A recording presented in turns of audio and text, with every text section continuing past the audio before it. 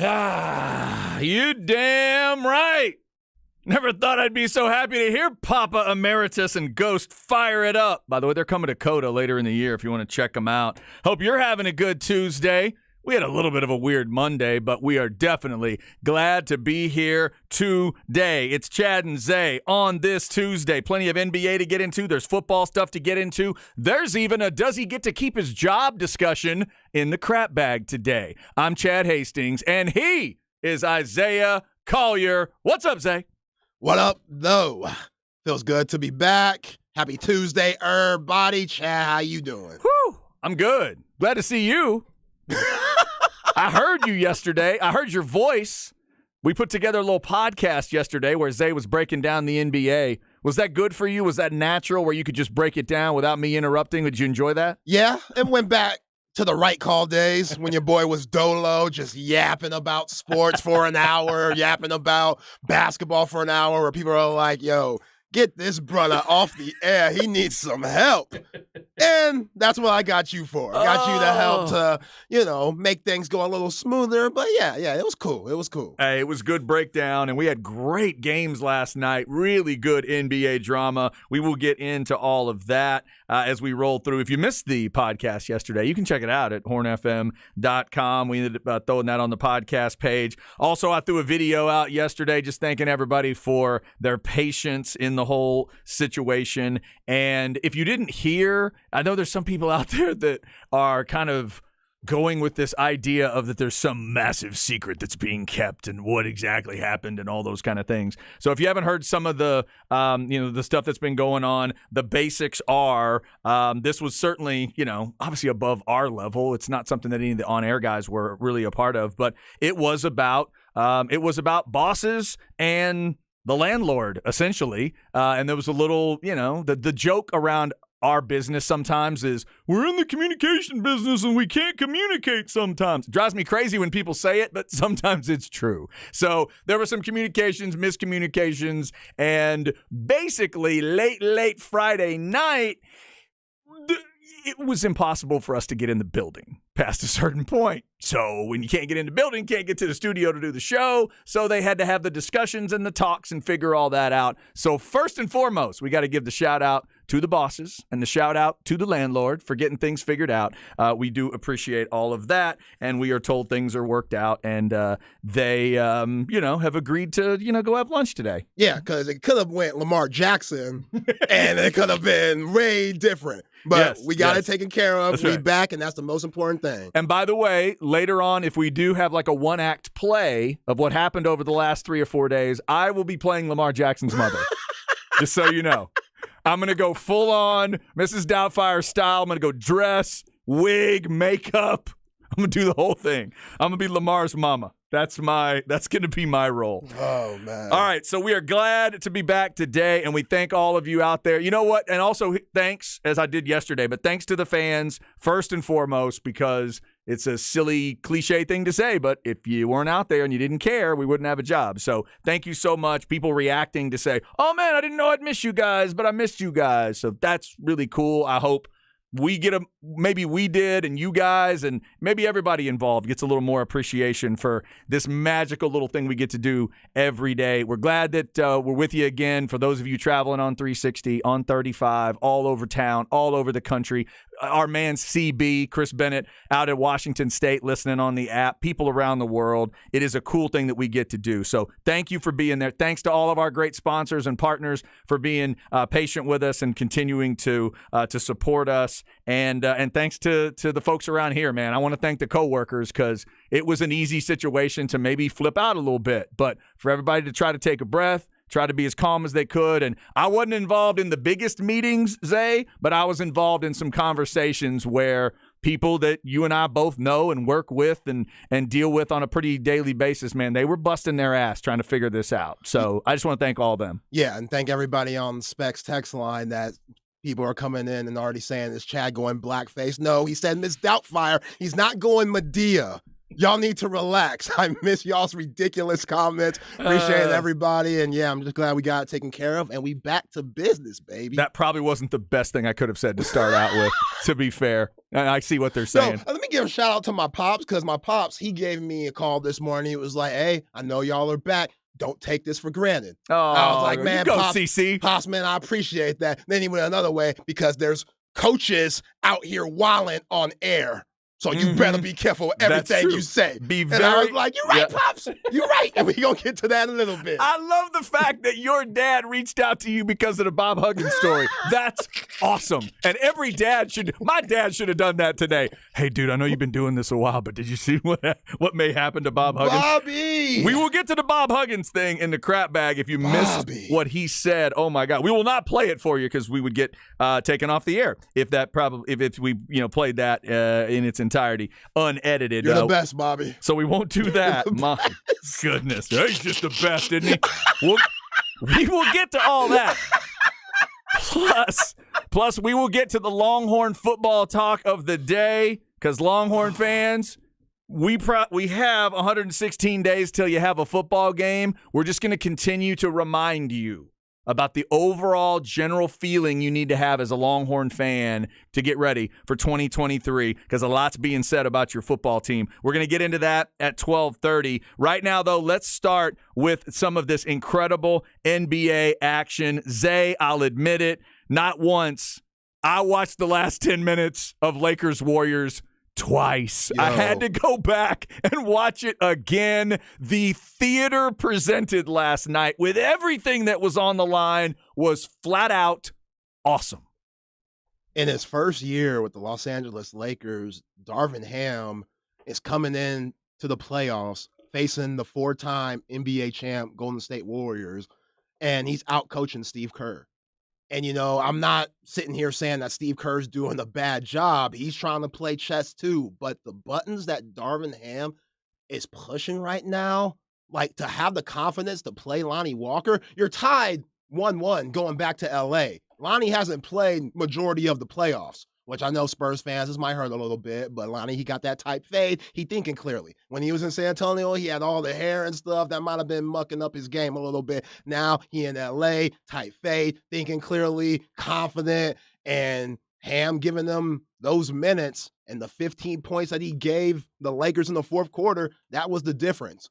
Going at Steph Curry. Just going at him, knowing that Steph Curry on the other side is playing a different game than Steph Curry usually plays. Like Steve Kerr trying to play chess, he understands that, okay, Anthony Davis is mucking up the whole series down low. Every time we drive, he's there blocking shots, contesting shots, making us throw the ball out when we don't want to. So how do we get him out the paint? We got to put him in pick and roll. And they did a great job at that most of the game, but that's not how the Warriors want to play. Steph Curry, even though we consider him a point guard, I do it in air quotes because he's that stature, he's not a true point. He's a scoring, shooting point guard and a point guard size. So majority of the Golden State Warriors' success over the years has come from Steph and Klay running that motion type offense, playing off of screens while Draymond's doing majority of the orchestrating. Mm-hmm. So now you're doing pick and roll game. That's it. Guys like Klay, they're not getting involved. Jordan Poole, where the hell is he?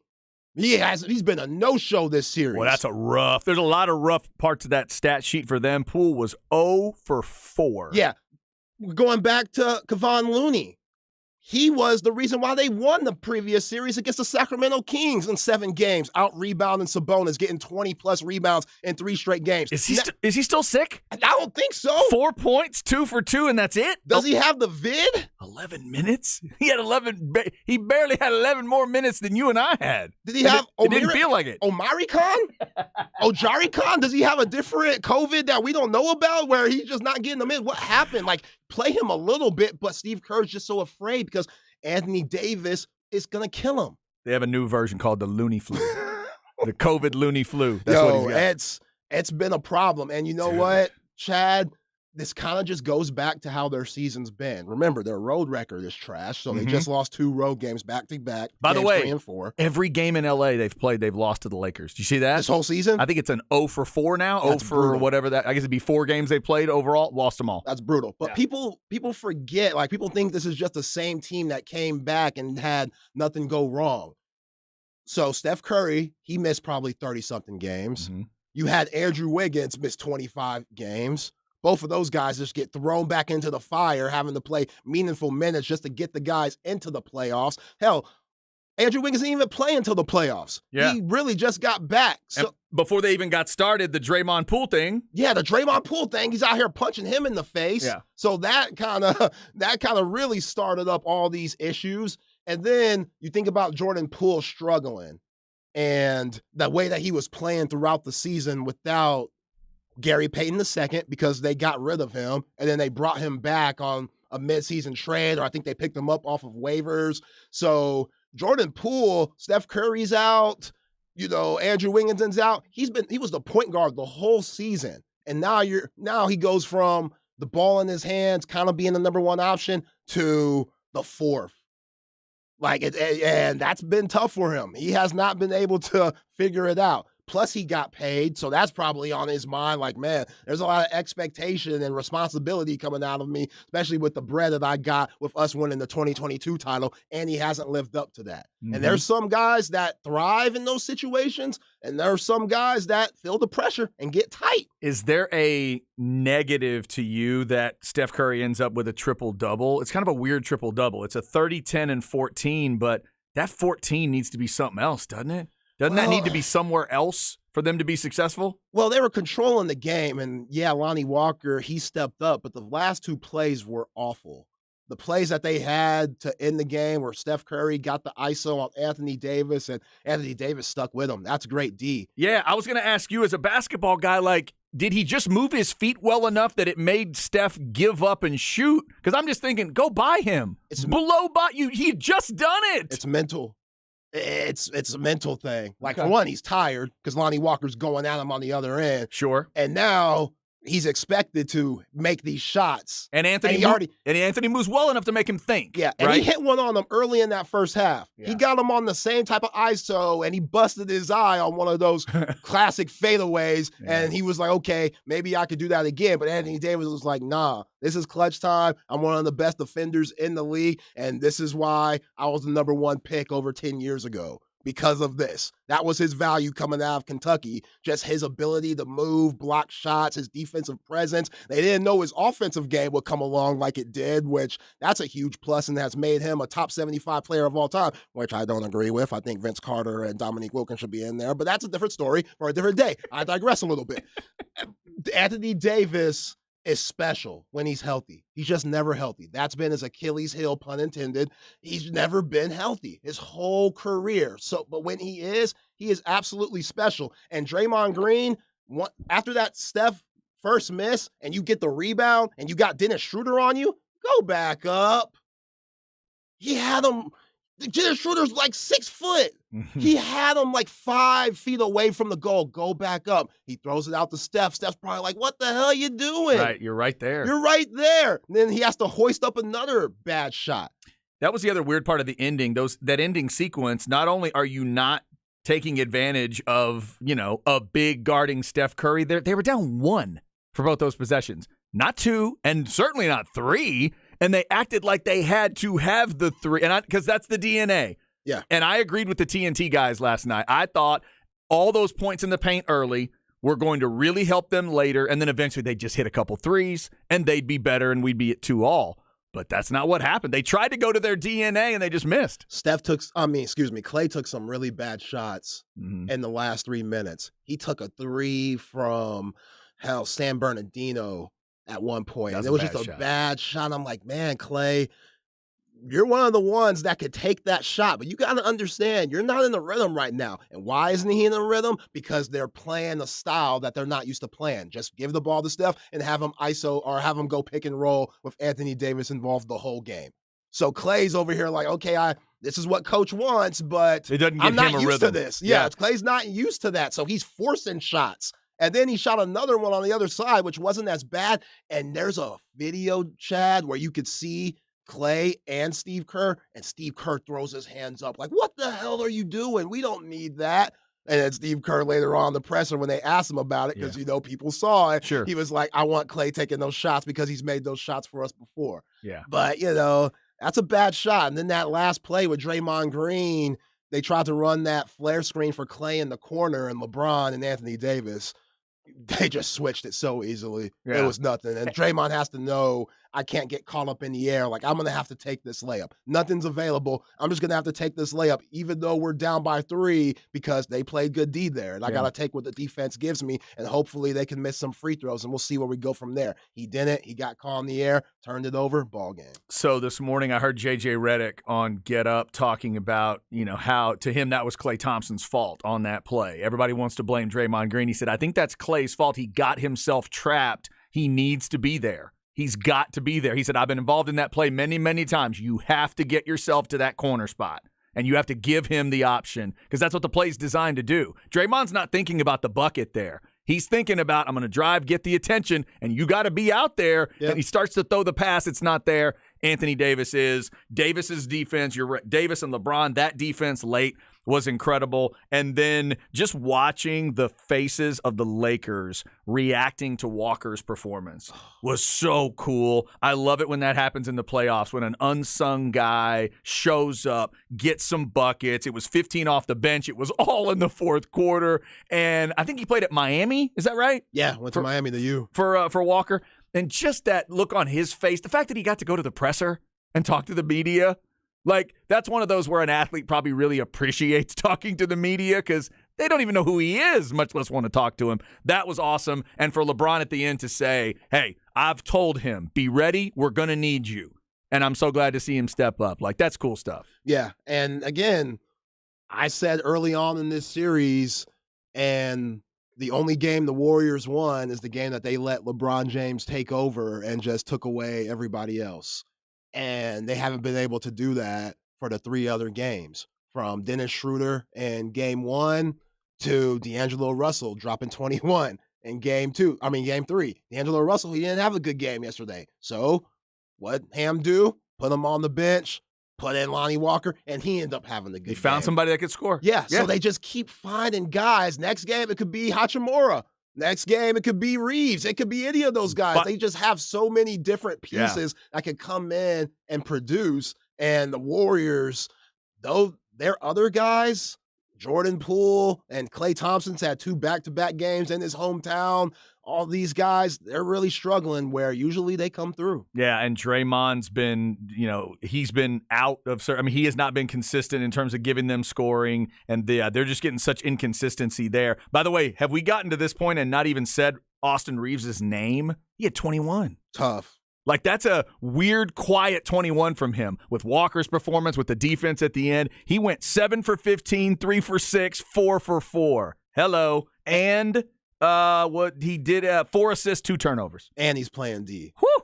And he's playing D. I'm not saying he's out here locking up like Gary Payton or something. No. But he's moving his feet and making the other guys work. And, yeah, Hillbilly Kobe. I did not think this fool was going to be this good coming out of OU. I really didn't. And he was nice in the Big 12. First team all Big 12 guy. He was nice. But I thought he was going to be nice in Europe somewhere. Yeah. In Italy, killing. I know. Not in the States. It'd be really easy, and people have done it. It's easy to talk about him and make the Alex Caruso comparison based on pigmentation in one case, but maybe based on a little basketball. Mm-hmm. This is what Caruso gave them, but a lot more, right? Or do you put him in that? Is he doing exactly what Caruso was doing for them? To me, it feels a little more dialed up. Well, he's a lot smoother than Caruso. Okay. Caruso's more of a defensive first guy, and his defense kind of sets up his offense, where Austin Reeves is a offensive-minded player. And maybe that's what it is. It's the offensive side I'm thinking of. Yeah, okay. And we forget in that 2020 championship for the Lakers, Rondo was the 3rd best player on that team after LeBron and Anthony Davis. Yeah, that's true. That's a good point. Rajon Rondo was incredible in the bubble. God, I forgot Rondo was on that team. Oh, me too. Me too. I saw his son. Only reason why I remember is because I saw his son in some video that's circulating because he's now hooping and he's around 12 or 13 years old. But yeah, Rajon Rondo, he was big for them. And yeah, they just have so many different guys. Like LeBron, he didn't really shoot well yesterday. He had 27, but it took 25 shots to get that. And Anthony Davis didn't even get the ball at the end of the game. It was all going through Lonnie Walker and, Braun and Austin Reeves. And yeah, the Warriors, I am shocked how this series is going. I really am. I do agree with this texter. It says they weren't just going at him with Lonnie, but also LeBron in the fourth kept going at Steph. They just kept sending things towards Steph Curry, make him work a little on the defensive end to see if it would affect the legs on the other end, and it did. Yeah. Yeah. This is also, somebody says, yes, I saw the stat. Golden State is 14-33 against the spread on the road this year. Yuck. That's nasty. That's tough. That is nasty. Thanks to that texter, which I'm not sure if that texter knows their name is Putz number 13 on the text line. So if you'd like us to change that, we can always alter that for you. Just let us know, Putz number 13. I like the name Putz number 13. It's kind of sounds cool. Something we could remember. So let us know if you need that one edited. The Specs text line is 337-3776 if you want to give us your thoughts on that game. Obviously, we'll get into the other game as well. It was pretty damn good, too. Miami beating the Knicks by 8. Jimmy Butler being Jimmy Butler. And they did exactly what the Lakers did. They kept the home court they stole. They went up 3-1, and now both the Lakers and the Heat have the luxury of completely falling asleep the next game. They can both waste a game 5 if they really need to, and then come back home and try to close the door in 6. Tonight, we've got two all series in the NBA, which always is a very cool thing to watch. So we'll have that.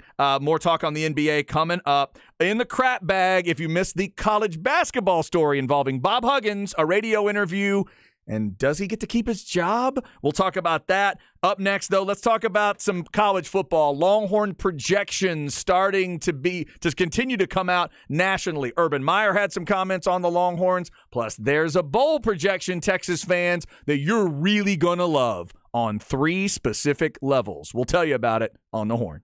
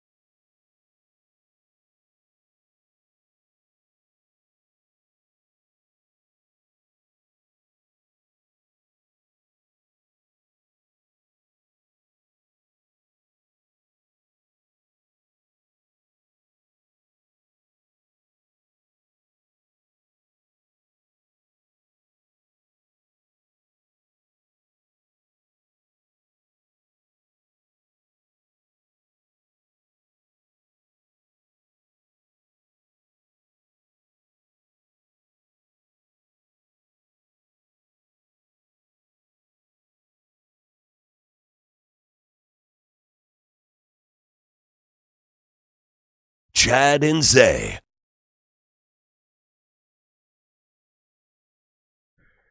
All right, we're getting rolling on a Tuesday. It's Madonna, right? No. It started, and I thought it was Madonna. And now, God, I should know this. What's the song called? Let the music play. Oh, damn it! 1983. Let the music play. Yep, that's Let it. Get away. It's a single name. Yeah. Oh my God! Who is this? I'm gonna feel dumb when you say it. Damn it! All right, tell me. Shannon. No, I wouldn't have had that. Shannon? Yeah. Just one name? Just one name. Dude, I don't know Shannon. Shannon, my bad.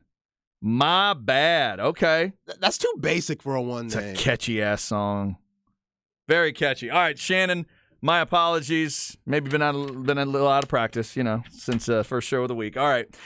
Shannon gets us started musically. By the way, speaking of music, we will have our album swap discussion this week. We're going to move it an extra day to give us time to listen, especially Zay, because he's got a kind of a longer album to listen to this week. The album swap will be Friday at 1:05. And I'm listening to a Tribe Called Quest this week. I'm excited about that. Never listened to an entire record of theirs. Low End Theory. This is the first Tribe Called Quest or just the best or one of the best ones for you? One of the best ones is Okay. the second album. All right, second album from a Tribe Called Quest. Ironically, you'll be listening to Metallica's second album as well. It's the first album I listened to. So my wife and I were talking about it. I said, what should I have him do? This album or that album? It may not be my favorite Metallica album, but it is the way I started listening to them. So I'm going to have you start the same way. All right. So Ride the Lightning is the first Metallica album for Zay in the album swap discussion. So we'll do that on Friday. Also, want to give a shout out to our guy Mark Henry. Join the event Friday, May 19th. Get it circled on your calendar. Mark Henry's Big Lift, benefiting the USA Weightlifting Foundation. It's hosted by two-time USA Weightlifting Olympian, WWE legend, World's Strongest Man, and now AEW's own Mark Henry. It's over at the Hotel Van Zant. They're celebrating great athletes of all sports who use weightlifting to ensure their success in their chosen sport. Visit the events calendar at hornfm.com for sponsorships, tickets, and to make your donation. We're hoping to talk to Mark about that a couple times. And I'm also told Mark's going to be on Sports Guys Talking Wrestling this week with Stu, getting everybody ready for that AEW event that is coming to town next Wednesday. Also, if you're an AEW fan, I think Stu may have already put a little preview out of his interview with Adam Cole. If you are if you're a fan of Adams and his comeback right now, Stu got an interview with him this week. So a lot of stuff going on in that world. Obviously, a lot going on in the NBA. Yo, speaking of wrestling, let me cut you up, Yeah. partner. Speaking of wrestling, did you see Bad Bunny's entrance this past weekend? I did not see it. Yo. I know their event was in Puerto Rico, and I have not heard the details of what Bad Bunny pulled off. What happened? You know I love some wrestling. That was one of the dopest things I've ever seen. What, the entrance to Just the entrance, like his own music. Yeah. Oh, it was crazy. Now, Everybody did he sing was his way down? No, Or- he didn't sing his way. Everybody was doing that for him. Oh, that's cool. Everybody. Never heard that song in my life. And I know how big he is, but, it's hard to, I don't speak Spanish. That's really it. We are really into an era of pro wrestling where the crowd, I think more than ever, is kind of giving like the intros even more life. I mean, Yeah. back in the day, Kurt Angle had the thing where everybody was chanting "You suck" and stuff like that. Yeah. But now there's a few different guys. What Chris Jericho's doing in AEW. I just mentioned Adam Cole. Adam Cole's got a thing with the crowd that they get involved in his deal and they shout something out right at a certain time, or they'll chant it. Seth Rollins has it going on in WWE right now where he can just say one word and they'll chant something back to. The Rock used to do it. The Rock would do it, though, with just the Rocky chant. Yeah. He would just say, and they're going to say my name or say his name, however he would phrase it. And then they would just start chanting, Rocky, Rocky. But now it's sort of the musical part. So I didn't see it, but I'm not shocked, considering just how talented Bad Bunny is. They're in Puerto Rico for the event. So he was like the host, and they're in his homeland, and he's got his people chanting his music at him. I'm not surprised. And I bet the match was decent because he showed he was good at WrestleMania. Yeah, I'm very comfortable with my sexuality, Chad. Yeah? I can see why Kendall jump from Devin Booker to old boy. You can see Yeah, why. I can see why she went from Book to old boy. As good as Book has been, missing like 9 shots in the last 2 games, Bad Bunny, yeah, something special going on right there. That's a sexy That's man, a huh? special dude. All right. To sing and to do that in the ring, that's a special dude. He's got a lot going on. Yeah. Got a lot happening. All right, a lot happening around here. Obviously, we talked some NBA. We'll continue to do that, and we'll get Zay's breakdowns on tonight's games. Two all series tonight. We're down to 2 out of 3 with Philly and Boston and with Phoenix and Denver. We are only 116 days away from the first Texas football game, Texas and Rice. I thought we would just reiterate a couple college football notes here because, Zay, I'm seeing more and more about your football team and how good people think they're going to be nationally. First off, you got Urban Meyer on a podcast talking to somebody about Texas, saying, among other things, quote, "Don't sleep on Texas this year, man for man, roster against roster. It's hard to say Texas doesn't have the best roster in college football right now." Now, he went on to say the obvious of, well, they've got to play and they've got to live up to it and all that. But there you go. Now, some cynical Texas fans could say, well, there have been years that that's true. There have been plenty of them. And it doesn't end the way we need it to end. I get that. But just know that's the kind of stuff that's being talked about. And then this, Zay, I think is 3 levels of goodness for you as a Texas fan. Bowl projection from 24/7 Sports. Layer 1, Baylor in the First Responders Bowl, and K-State is in the Guaranteed Rate Bowl. That's level 1 of happiness for you. Level 2, OU's in the Alamo Bowl, A&M's in the Texas Bowl, and Texas Tech is in the Cheez-It Bowl. That's level 2 happiness. Level 3 happiness is that Texas is projected to the Rose Bowl to take on Ohio State in a playoff, in a semifinal. That is the discussion around your team. So I'm just checking in with you, Zay, 116 days away. Are you ready to fully embrace your Longhorn fandom? Are you ready to be Texas this year? Because you can't talk about under radar. You can't beg people not to rank you early. You're going to need to lean into this thing hard. You good? Yeah, I'm good with it. I mean, at the end of the day, it's the University of Texas. It should be like this every single year. There should be expectations to win the Big 12 moving forward to the SEC and to be in the picture to win national championships. No questions asked. So, yes, I am good with it. Am I sipping that Tang and not that Kool-Aid? Oh, yeah. Oh, yeah. No, I'm not. I am not drinking that Kool-Aid. Oh, I can't. Are you sure? I am sure. Because I think this year y'all may need to be with an IV with that Kool-Aid yeah. going straight to the vein this year. Yeah. Now, September 9th, that's going to tell a lot very early of where the season could go and what could be. And I'm good with that. Uh-huh. So, yeah, we know what this roster could be. We saw the spring game. We've seen what Sark has done in the 3 years. He is right. He is starting to get his guys from the line to start with Kelvin Banks to the wide receiver room of Xavier Worthy and A.D. Mitchell. You're getting guys like Jonte Cook, J.T. Sanders, and 2024 mock drafts. Everybody has them going in the first round. Like, you got some dudes. Mm-hmm. Now, the defense, that's still some question marks there. Where's Jalen Catalon going to be? Will he be healthy enough to make it through a whole season? Right. Who is going to be right beside Jalen Ford? Is it going to be Anthony Hill? Is it going to be another one of those freshmen, LaFau, Morris Blackwell, etc., Dave Branda, all those guys? Who's going to step up and be maybe what we saw last year from Jalen Ford? And then when you bring in somebody like Trill Carter from Minnesota, that adds a lot of depth to the defensive line, especially to the interior. But what about the edge? You know, what's going to be popping with Justice Finkley? Is Colton Vasek ready to come along and do what he could, really do? Ethan Burke, not Colton Vasek. Ethan Burke. I get those guys confused because they're both from Westlake. So that's very easy. It's very easy to get those guys confused. I tell you all the time, all Westlake defensive linemen do not look the same. You got to stop saying that. That is not true. It's close. It's very close. Come on, man. But Ethan Burke, like somebody like him, will he be able to come along? There's a lot of questions. And then the biggest question of all, where's Quinn Ewers going to be in year 2? Mm-hmm. Has that leadership and that development and all those mistakes that we saw in year 1, has that been corrected to where in year 2 you have the most confidence in him to get the job done and he can look like that next coming to Aaron Rodgers that he was supposed to be coming out of South Lake Carroll. Will that happen? And also, actually, another big thing, especially for you and I, what we talk about is Sark's play calling going to fit the roster. That's a good that's a good because last year it did not. This year, if he was calling the plays like he was calling last year for this team's roster, then I feel a little bit better. But we don't know how that's going to go. So I am hearing a lot of logic. I'm hearing a lot of questioning, and it does sound like you are sipping on the Tang and not drinking the Kool-Aid.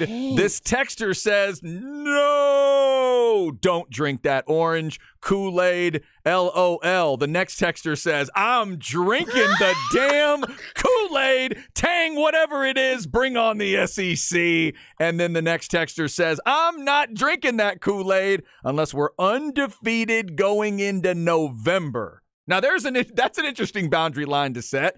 Undefeated going to November. Let us know what you think. Specs text line 337-3776. I'm just trying to figure it out, Zay. If I was a Texas fan, a fan of a blue blood like this, I deal with it as a Cowboys fan, but I don't deal with it on the college level like you guys get to, or maybe have to in certain ways. Are you going to be able to enjoy 2023? Because if that person says, I won't drink the Kool-Aid unless we're undefeated going into November. But then you might miss some September and some October, and you might not enjoy it as much, right? Yeah, we have a lot of fun, yeah. Don't you have to just get your claws into this thing? Oklahoma's the 7th of October. Yeah, man, we got a lot of fun till then. This is going to be a wild – and I understand. I get that, you may feel like, oh, you've been sold a bill of goods, and what if it doesn't go right? I understand. I'm just telling you all the talk that's out there. Heck, Zay, in this bowl breakdown, here's the way they explain the projected matchup of Ohio State and Texas. With a win at Alabama in week 2, comma. That's how it starts. Beautiful. Early season college football playoff buzz will center on Texas. Will the Longhorns handle the pressure if they take out the Crimson Tide? That's the biggest question. Aside from the November showdown with LSU, it's Bama's most important game. It happens to come early for new offensive coordinator Tommy Rees and a first-year starting quarterback. Quinn Ewers is a potential 2024 first-round draft pick. So right now, Texas has a clear advantage at the most important position on the field, unlike last season's game. Meanwhile, second-seeded Ohio State needs no introduction. There you go. That's how they're explaining themselves on that pick. So just know it's out there, Longhorn fans. 116 days away. You're not going to be able to hide from anything in 2023. So learn to embrace it, at least in part, because they are talking about you.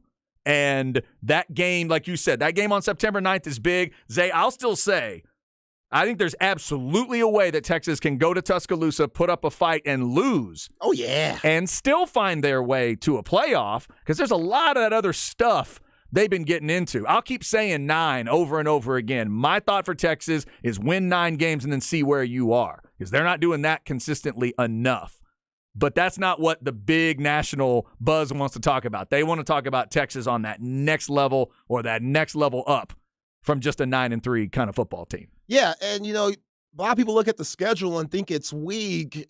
It's a little saltier than you would expect. Like, there's a lot of returning quarterbacks that we're going to have to face from Kansas, Jalen Daniels, Oklahoma, Dylan Gabriel. You're going to have to face Hunter Deckers in Iowa. That's always tough playing against Matt Campbell's crew. Iowa State, yeah. They like Shuck over there at Texas Tech. He looked good in that Texas Bowl game where they went 8-5 last season. Will Howard's back, and we saw what he did winning the Big 12 championship last year with Kansas State. You got to face all 5 of those guys. And they're going to be a year more comfortable than they were last year. And even with this roster that we see with Texas and how good they are, there's just no room for mistakes. Like this, there's just no room for Sark to have mediocre play calling in the second half, Quinn Ewers to be overthrowing stuff. Like, there's no room for that, because in year 3 for Sark, but when you're about to go to the SEC, you have a chance to do something special in the Big 12. And this roster is just too good not to be in the fight. Last text that came in from Chan says, can Coach Steven adjust in mid-game? He's a very average coach against winning coaches. Not drinking it just yet. All right, there you go. Talking a little Longhorn football today, a little college football as we close in on the season. Obviously, basketball to talk about as well. Up next, let's talk about a basketball coach that said what on a radio show? We'll talk about it carefully because we don't want to get thrown off of this radio show. But the question is, does he get to keep his job? If you're a big enough deal, if you've got enough of a resume, and you say you're sorry and don't make an excuse, do you get to stick around? We'll talk about it on the Horn.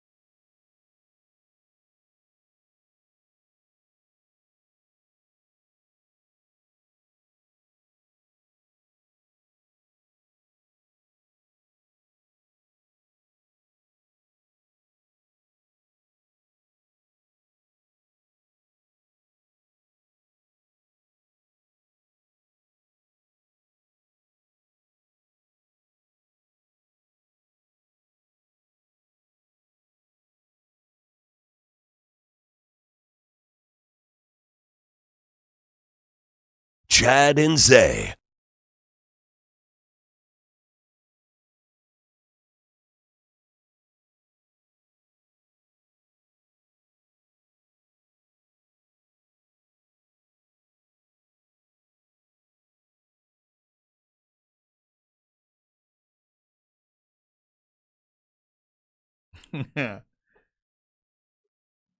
Oh. Now that you get to that point, I recognize it. I didn't recognize it up to then.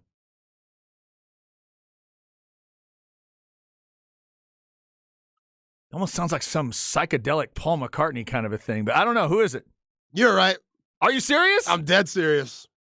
That's Paul? That's Paul coming up.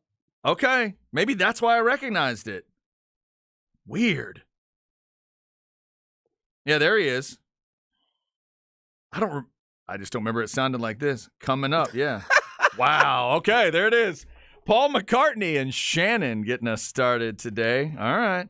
Hey, there's a lot of weird Paul McCartney and Beatles covers out there. Maybe this is like a weird one. He's kind of covering himself. A little funkier than I would have imagined Paul being. I kind of like that. The first thing I thought was, there's no way all these people were sober. There's no way. That got really psychedelic and funky real fast. All right. Yeah, and this album cover for Paul, it looks like somebody told him fish and chips were gross. Like he has this weird, like he's offended? Yeah, very offended. It's a weird look for an album cover. Yeah, that does not. McCartney 2, I guess that's the album. McCartney too. Okay. Yeah, it's a weird cover. I'm not as into the solo stuff of Paul's as I am the Beatles stuff, so maybe that's why I didn't quite recognize it right away. But I got somehow the voice just got in there. Somebody texted us on the text line. Remember, it's 337-3776. Lakers close it out in Game 5. I told y'all, go find the text. We will believe you. Who throws in a smiling emoji. We'll believe you that you threw that in. They have a chance to close it in 5. I'll be impressed if they do. I think we're going to see a little bit of a lax game from the Lakers in 5, and they'll have a chance in 6. But it'd be really impressive if they close it in 5. I'll never count the Warriors out. I'll still go for them to win these next 3 games. Yeah. They did it in 2016. It's the reason why Kevin Durant left to go join the Warriors when they knocked them out the playoffs. Oklahoma City Thunder. Sorry, Cameron Parker. I know this hurts. They were up 3-1, 2016. End up losing. Clay has one of the best games in playoff history in Game 6. It goes back to Oracle in Oakland. They end up winning in Game 7. So they've done it before. And yeah, if the Lakers win this series, I think they all need to send a fruit basket to Mike Brown and the Sacramento Kings for wearing the Warriors down in that brutal 7-game series that we saw in the first round. I was thinking of the same thing, kind of the balance of it last night, where remember the Lakers had that chance to shut the door on Memphis, and they did it. Golden State had the same chance with Sacramento and didn't. And it went a little bit longer. And you just wonder if the gas tanks have been affected by that long term. It's been a wild series, really fun to watch. And it's 3-1 Lakers. They'll try to close it out tomorrow night. Tonight, we've got Phoenix and Denver and Philly and Boston. We'll get you more on that. Let's get into the crap bag here. We'll talk about this Bob Huggins story because that's kind of where it belongs. Here we go. Chad's crap bag. Crap bag. If you need an easy way to remember it, just think of a bag of crap. Brought to you by AV Consultations, 255-8678, or go to avconsultations.com. This is just kind of one of those modern stories of, do you get to keep your job? Maybe back in the day you did, but does he get to keep his job after this? Bob Huggins, 69-year-old Bob Huggins, legendary coach, goes on a Cincinnati radio show that apparently he's on. I don't know how often it is, but one of these, they called him early in the morning and he made fun of one of the hosts and they were having fun and laughing and all that. And then they made a reference to Xavier. So back in the day, Bob Huggins was the coach at Cincinnati. Their big rival is Xavier. Xavier is a private Catholic school in Cincinnati, which will become relevant in the conversation. He says, and this does get a little bit adult on one level here, so parents, if you're driving with the kids, maybe adjust here. But maybe I can adjust the language for you. Bob Huggins says, quote, any school that can throw rubber phalluses, let's go with that, on the floor and then say they didn't do it, my God, they can get away with anything. One of the hosts at one point responds with, I think it was transgender night, wasn't it? And when I heard that, Zay, I thought, I think they may mean that as a joke. Oh, wow. Do they mean that as a joke or do they mean that as an actual thing? I couldn't quite understand that reference. Then Huggins says, here's the part that I'm not going to repeat word for word. There's 3 F words that we probably shouldn't be saying on the air. One of them is an obvious one. The other 2 describe the gay community. One of them is a shorter word that ends in G. One of them is a longer word that ends in T. This word is the shorter word that ends in G. All right, here we go.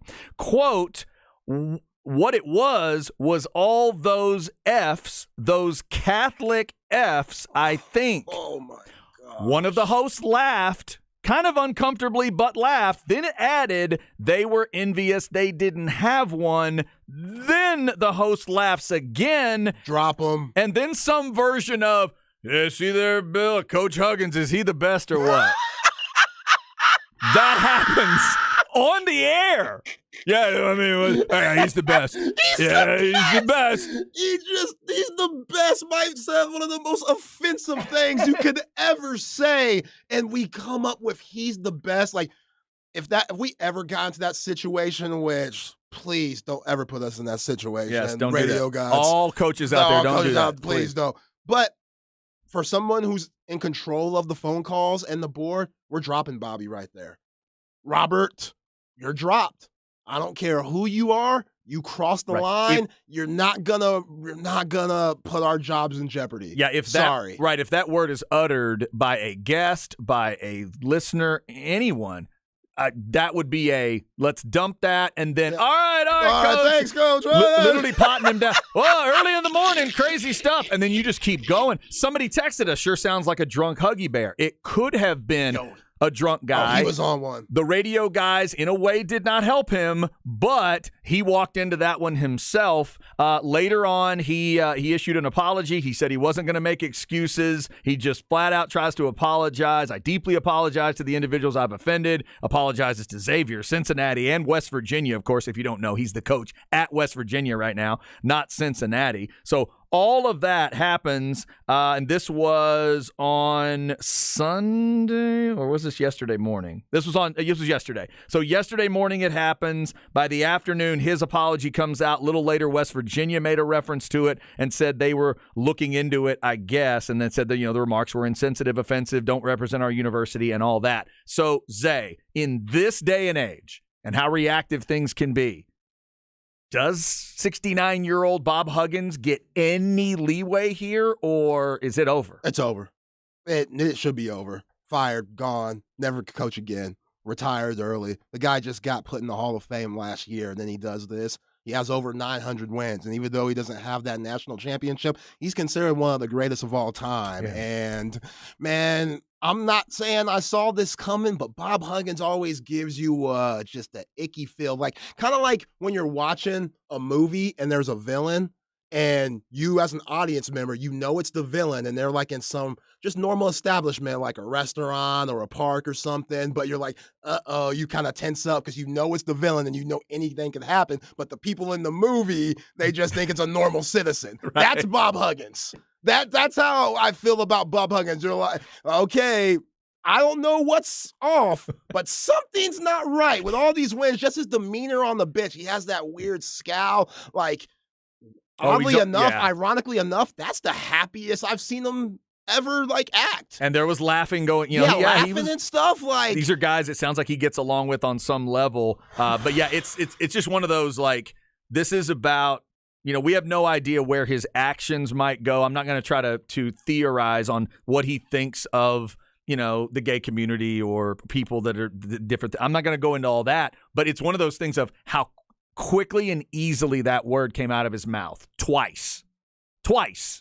So then it's because then if I'm an administrator, I'm thinking, oh man, this is the guy that's going to go recruit for us and all that stuff. Being the type of guy that seems old school and might have used that word at some point in his life, might have been raised around that word, might have been insulted with that word by his coaches year after year after year after year. All that's possible. But for it to come out of his mouth that easily in an interview in 2023, I do not know if you can get the toothpaste back in the tube after that. Oh, he was talking like he was just with the homies. Oh, that's tough. Like he was just with the homies, not a care in the world. Like he wasn't even on air. Yeah, you know what the problem is those kids. Easy. What? Did you stop it? Yeah, Huggy Bear. There was something in that porridge right there. That's rough. Oh, that's rough. That is rough. And hey, we all have, hopefully nowadays there's still communication out there where you can literally have any word in it you want as long as you and that person have an understanding. If you have a best friend in the world that you can get on the phone with and literally say anything, but both of you know that whatever, we're joking around, we're doing this, we're just having a discussion, that's fine. If you all know, if everybody knows the rules, But a Cincinnati radio show is not where you can do that. Somewhere on the Specs text line said, it's West Virginia. He stays. Oh man. Well, and see that now, but see, Y'all are out of pocket. you do bring up an interesting point. Here's the point I've made over the years at different times. I think we have crossed a borderline where if this had been a racial comment, there's no discussion. It's over.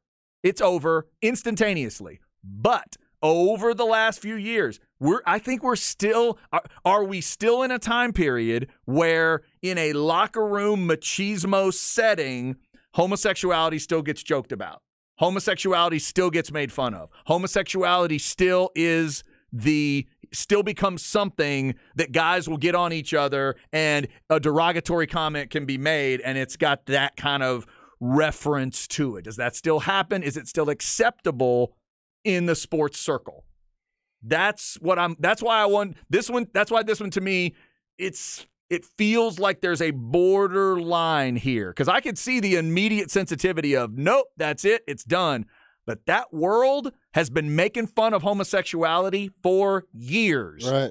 decades. It's been going on and on and on and on. And I just wonder, think about the people that will be determining this. They're old too. Oh, yeah. They've been around a long time. And when they hear that particular word, they may react differently than an 18-year-old, than a 25-year-old, and a 35-year-old does when they read it today and go, oh, my God, Bob Huggins said that on the air twice? Yeah, I don't know how he could be in somebody's home trying to recruit their kid and say, yo, I'll take care of him. I'll be a good role model. I'll be that father figure when he doesn't have his dad at home. Yeah. And you can look at Bob and say, okay, sounds good to me. I trust you, Bob. We're going to see that. I think that text of it's West Virginia, he stays might be the weirdest one we get, but it might not be. I don't know. That's why I'm asking the question. Does he get to keep his job? We'll keep our eyes on that story with Bob Huggins, but just to get that out there, that is why you may see Bob Huggins discussed in this last day or so. Coming up next, we will get Joe Cook on the show from Inside Texas and On3.com. We normally get him on Mondays, but we had the issue yesterday and we're unable to have the show. So he'll jump in with us next, talk about Texas baseball getting the series win and keep getting that momentum, hopefully keeping that momentum going for them. They have a game coming up tonight, obviously. Plus, we'll get Joe's thoughts on this Texas football team continuing to get all this love from Urban Meyer and others as we're 116 days away from their first game. Stick with us. Hour number 2 coming up on The Horn.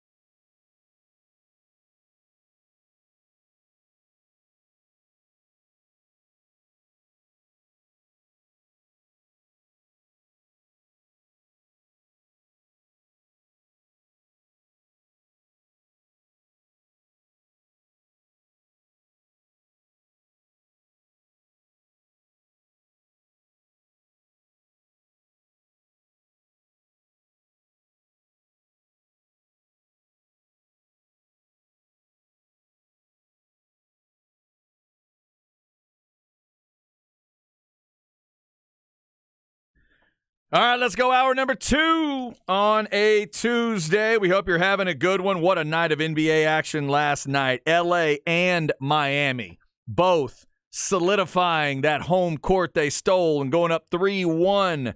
Now they each have a game to play with if they want it. Will they go to Golden State and to New York and close the series? Or will they come back home and try to close it out in 6? We talked about those two. We'll get into those other two series as we go along. Also talking a little Longhorn football today as the national discussion around Texas continues to be very positive. We were talking about a bowl projection that has Texas in a national championship semifinal. Plus, we just finished talking about that Bob Huggins story. We'll keep our eyes peeled for that. Will the Big 12 need to find themselves a new basketball coach if Bob Huggins is fired at West Virginia? We've been talking about all of it. Plus, Longhorn baseball tonight, back at it against UTA. We'll talk about some Longhorn stuff coming up with our guest here. I'm Chad Hastings. Isaiah Collier is sitting right there. Glad to be back in studio today. Thanks to everybody for being patient with us yesterday and for supporting the shows and the station. A lot of good text rolling in. 337-3776 is that number if you want to throw us something on the Specs text line. All right, let's go to the Vaqueros Cafe and Cantina hotline. That's what brings us all of our guests. And he is Joe Cook. Normally we talk to him on Mondays about this time, but there were things going on that Joe and me and Zay had nothing to do with yesterday. So we thought, well, Joe, could you come on today? And he said, yep. So we're going to talk to Joe right now. How are you, sir? Doing great, guys. Glad y'all are back, and glad we could still keep the weekly tradition going. Yeah, and now we're just going to turn it into like a baseball preview thing since, Texas has a game tonight and all that. What I wanted to ask you about to start off with was LeBaron Johnson and just how important what he did last weekend could end up being. This team is now 5-2 since they were swept by OU. They've won 2 series, but they don't get those 2 series wins without what he pulled off on Saturday. How big a deal was that for you after what had happened to Gordon for LeBaron Johnson to step up and get the win and go 7 strong like he did? Absolutely massive. I mean, for most weekends, most Fridays this year, you've been able to count on Lucas Gordon to give you probably, 6 innings, maybe give up a run or 2 or sometimes 3, but give you an outing that will have you definitely, in contention to win the game. And I think that's still kind of what you got on Friday, but it still wasn't one of his best. And so as a result, Kansas is able to jump up, grab the win, and take game 1 of the series. And the pressure then goes on to LeBaron Johnson, who hadn't been making a lot of, Saturday appearances until, recently. And now he goes in and delivers probably maybe one of the best ones he's had since that LSU outing a little bit earlier in the year. So just absolutely massive, gives Texas, that essentially, I know their odds right now probably aren't particularly strong, but they almost would have been non-existent had Texas lost that series to the Jayhawks. And so LeBaron Johnson keeps that very slim hope alive. And just, of course, helps you win that game. Always really important to do that. Sets up a Sunday where Texas is able to rally and then hang on to win the series and get out of Lawrence with a win. So huge, just an example of development in that bullpen staff. And from that pitching staff. And that just wasn't a one-year thing. It's been a multi-year process for LeBaron Johnson. And it's been incredible to see a guy who I think last year, if you remember right, he really struggled throwing strikes. And I think the story goes he could barely get a pickoff move, over to first base. Now he's able to hold runners on. He's still a 2-pitch mix guy, but when maybe a third is shuffled in there every now and then. But when your top 2 pitches are pumping 95, 96, and then you can come back almost 90 miles an hour with another one, with a little one that's got a lot of sink on it. It's really tough, and he's deserving of all the accolades he's received, including I think that pitcher of the week or player of the week honor the conference gave to him yesterday. Mm-hmm. Joe, we know coming off of that sweep from Oklahoma and how upset David Pierce was, and now you're 5-2, which is solid, especially coming off of those losses. But what have you seen with the skipper since then, from his attitude to him just making all the right moves with his team, getting to this point and playing tonight? What have you seen from Coach Pierce? Seems like he's been open to, like he mentioned, making a lot of different changes and experimenting within reason, enough to still give you an opportunity to win games, but still throwing some experiments out there. And that includes with the lineups, that includes with players. I know Tanner Carlson's gotten some opportunity. I know Jalen Flores has gotten some opportunity at first. He's shaken up the lineup, moved Eric Kennedy down to take some pressure off of him, giving Jared Thomas some opportunities at the top of the order. The mainstay has been Garrett Guillemette, and that's because he's been, he's been a really good cleanup hitter for this team this year. So it's not, I guess after Oklahoma, it almost had an air of desperation just because you get swept by Oklahoma, but it's been calculated moves and trying, all the different options available with a team that's still young and still kind of learning a lot about the game of college baseball. And, it seems like if he's able to get a, frontline trio that works of Lucas Gordon and then LeBaron and Johnson, and then if you can tandem Travis Staley with Tanner Witt, that's a group of 4 starting pitchers that you're probably, you're feeling pretty good about compared to where you were at the beginning of the year. We'll see what Tanner Witt's able to do. I don't think he should be relied on as a savior for this team. I think anything that you are able to get from him is a bonus.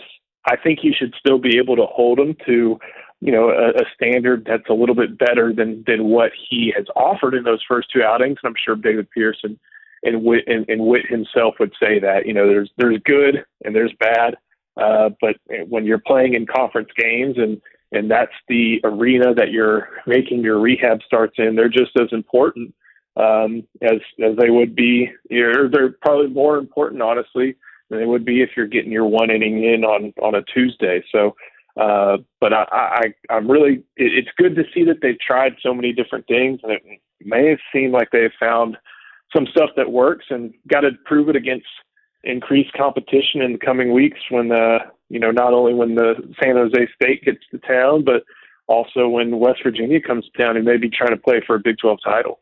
Talking with Joe Cook, Inside Texas, on3.com. Tonight for Texas, it is UTA in town for the midweek. 6:30 start, 6:15 pregame. Hopefully this weather in the area will let them get that in. And, Joe, it looks like Charlie Hurley's going to be going. Talk to me about what you've seen out of him, and where do you think he fits in once Texas is heading towards all the postseason goals? Yeah, this is an opportunity for him to get some confidence. He's probably at this rate going to be one of the first arms out of the bullpen. And that's really where Texas needs to find I think we feel like we talk about it all the time. That's where they really need to get that circle of trust really solidified. And Hurley, I think, has one of the better opportunities to enter that circle. And, you get 3 innings, you take advantage of the opportunity against a UTA team that actually has some pretty good RPI. I think they're in the top 150. It's not maybe even the top 100 upon last check. So definitely a team, it is a Tuesday team and it is a system school, but I don't think they're anything to scoff at. This kind of shows that David Pierce wants him to be one of those guys that he can rely on when it comes time to grab the ball from somebody on the pen. And I think that's been the thing this year that Texas has searched for most, and it's going to really tell the tale of what we think about the 2023 Longhorns. Joe, moving on to football, all these guys are off in May. I just saw Jordan Whittington on Instagram. The dude's in freaking Italy right now or somewhere in Europe living it up. And these guys, they're chilling, but there's a lot of expectation around national media. A lot of people saying now they're going to be Big 12 champs. They're going to be in the college football playoff, which we know this last decade, we haven't seen none of that. So we know how good this roster can be. We know how happy Sark is about it. How confident are you at this point that the Horns could be in Arlington at Jerry World? Man, I'm feeling pretty confident about that. I haven't set my hotel reservation yet, or I don't need to book a flight to go up 35. But I'm working on something right now that basically kind of outlines what is available on the Texas roster as far as star rankings. And, most of them are, a significant majority are 4 and 5 star talent. I know that ratio is always seen as real important, or else you're really not going to be in contention for the title, TCU notwithstanding as far as national titles go. But for Big 12 title, a lot of the biggest players on this team are going to be pretty young. I mean, a lot of those high star talents are still in that freshman and sophomore class. So this summer is going to be all about developing them and making sure that those players are ready to take on larger roles and be able to step up into those roles to help Texas get to that Big 12 title game. So I think also you have to look a little bit like last year at the Alabama game being important. I mean, of course, that's your future conference mate. That's the measuring stick of all measuring sticks, maybe just short of Georgia this year. But you also have to consider that if they lose that game like they did last year by 1 point, you're still 0-0 in the Big 12. And you have an opportunity where, unfortunately, you may not get some of the weaker teams in the league, but you get a new team like Houston who is trying to figure out some stuff after an 8-5 year and making the step up. You get a team like BYU, who you may not know exactly what you're going to get, but there's no real major, aspect of that team that scares the heck out of you. You have to go ahead and think that anything less than making Arlington is a disappointment for this team, considering the way the rest of the conference looks and the way the team itself is made up as this program has chugged along into year 3. Talking with Joe Cook, Inside Texas on 3.com. Joe, as we're talking here, somebody texting in something about Arch Manning. Any updates on Arch? Somebody said there's some rumor out there or whatever. Is there anything we need to discuss here? I'm just throwing it out. Anything to discuss? No? That's just a dumbass from Knoxville who has a Twitter account. Fair enough. Okay. Fair enough. By the way, you shouldn't talk about Peyton like that. That is a rude. No, I'm just kidding. He was talking. Hey, I just was trying to find a way to say that without making they have to use the drop button. Yeah, so. Exactly. Yeah, appreciate it. We don't need a Bob Huggins moment That's from right. you, Joe. That's right. Thank we you. do not. Yeah, we definitely don't need any of that. All right, Joe. Before we let you go, I have not asked you about baseball recently. Give me a thought on this AL West, which at least for now is. It's pretty darn interesting. What do you think's going on here? Obviously, the Astros have gotten has Altuve gotten back yet? No, but it looks like rehab starts are on the horizon. Okay, I know he's getting back to some. I really am kind of. Yeah. I'm kind of holding judgment until all the guys get back, but I mean at the same time you have to wonder. You lose one of your top 3 starters in Luis Garcia, and you're still waiting on Lance McCullers, who hasn't been a world beater, to come back from his own surgery. And Hunter Brown's had some good starts, had some bad starts, but there's a lineup, including a big piece that you paid a good amount of money to, who's really not giving you anything right now. And used to the West would be down, but now these teams. I don't know if any of them are juggernauts, but they're competitive, and the Astros are currently playing, similar competitive baseball to a lot of those teams. So they definitely need Altuve back. They definitely need Brantley back. Losing Garcia hurts, but maybe there's some help down in the minors that you hope can. You're not going to replace Garcia, but you hope can give you something close, and you hope that a lot of these guys who you paid big money to over the course of the offseason are going to start being able to play up to their value. And you hope a little, just that organizational momentum, if there is such a thing, is able to help, and guys who have played and however many straight postseasons it's been want to continue the streak. Gotcha. Okay, now Zay's got a basketball question. So just to clarify, Rangers at 21-13, Astros 17-18, 4.5 games back. Are you ready to concede yet, or you still want to keep playing?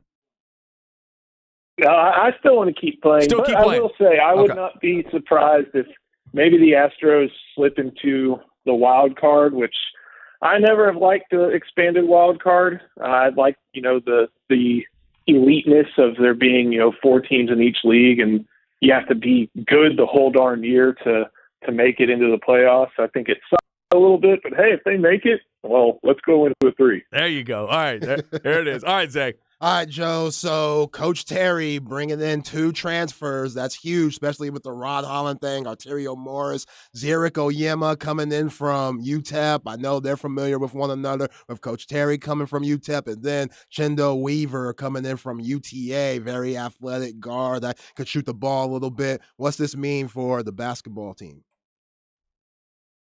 You're getting guys. You definitely need to get guys at this point. But you're getting, 2 guys who are going to fill very specific roles for this team.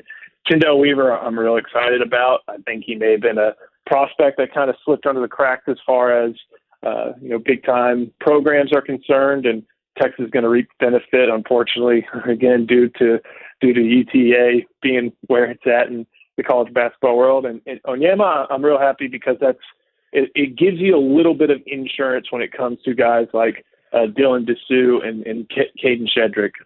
Those are going to be the top flight guys when you're looking at how the front court plays out. But Oyema, a little bit more versatile, but can be asked to be someone who helps with your post defense, and someone who, I think Rodney Terry, like Chris Beard, is going to continue looking for guys who want to win.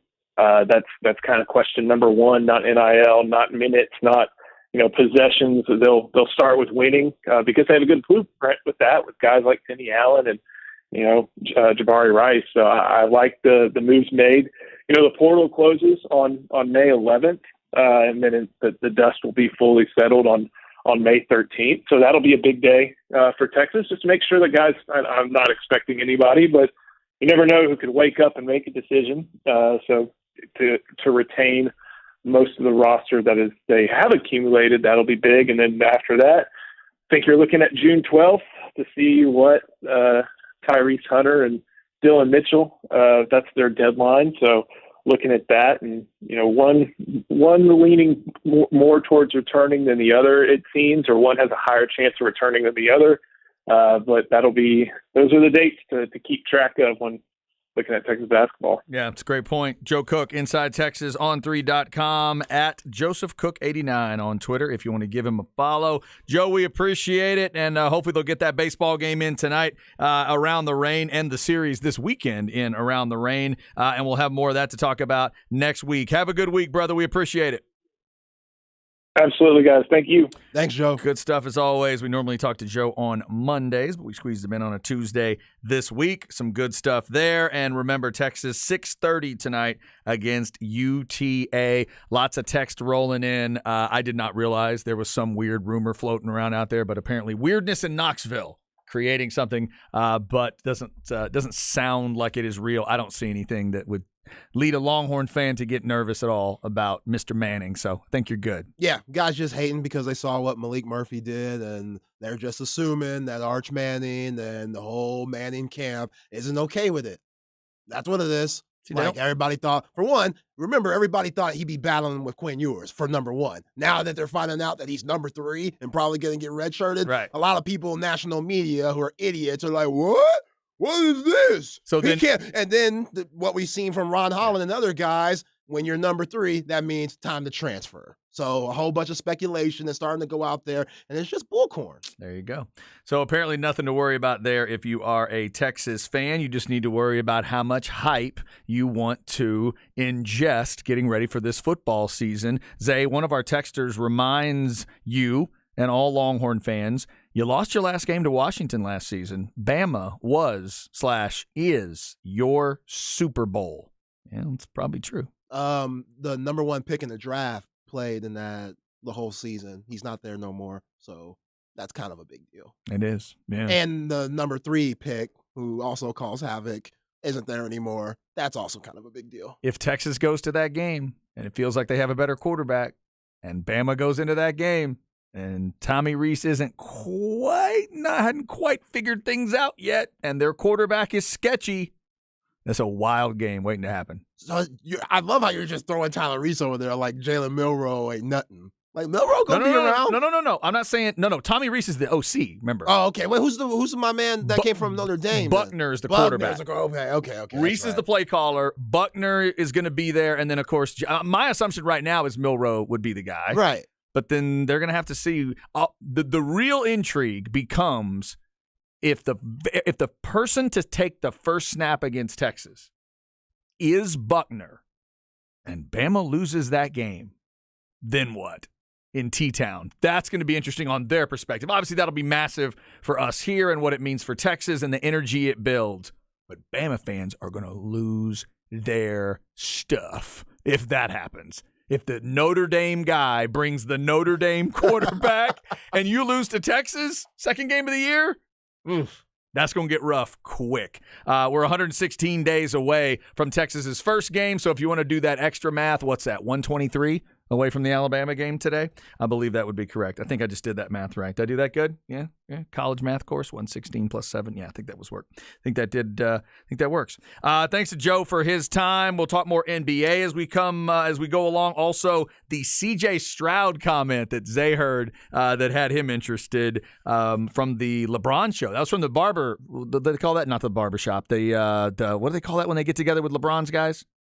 Just the shop? Yeah, the shop. The shop. The shop. Yeah, right. Yeah. CJ Stroud was on there and had an interesting comment that did include Quinn Ewers. We're going to get to that a little later. Up next, though, in your flex segment, a flex athlete squatting 600 pounds. But that's not the amazing part to me. I'll tell you what is next on The Horn.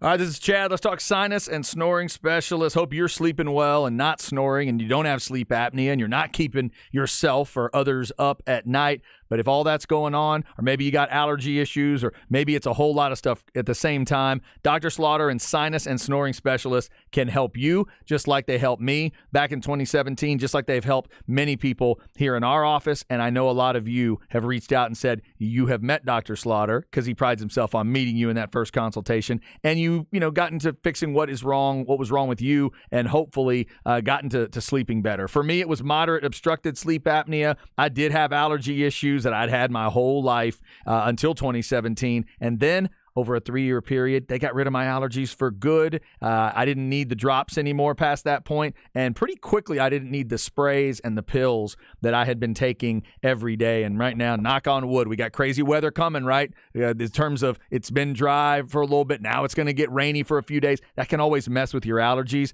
I don't have to worry about that anymore. My initial exam took less than an hour. They do work with most insurance. And remember, the allergy testing, it is done without needles. Call and set up an appointment, 512-601-0303, or go to sinussnoringent.com. It's sinus and snoring specialists. Feel clear, rested, and healthy.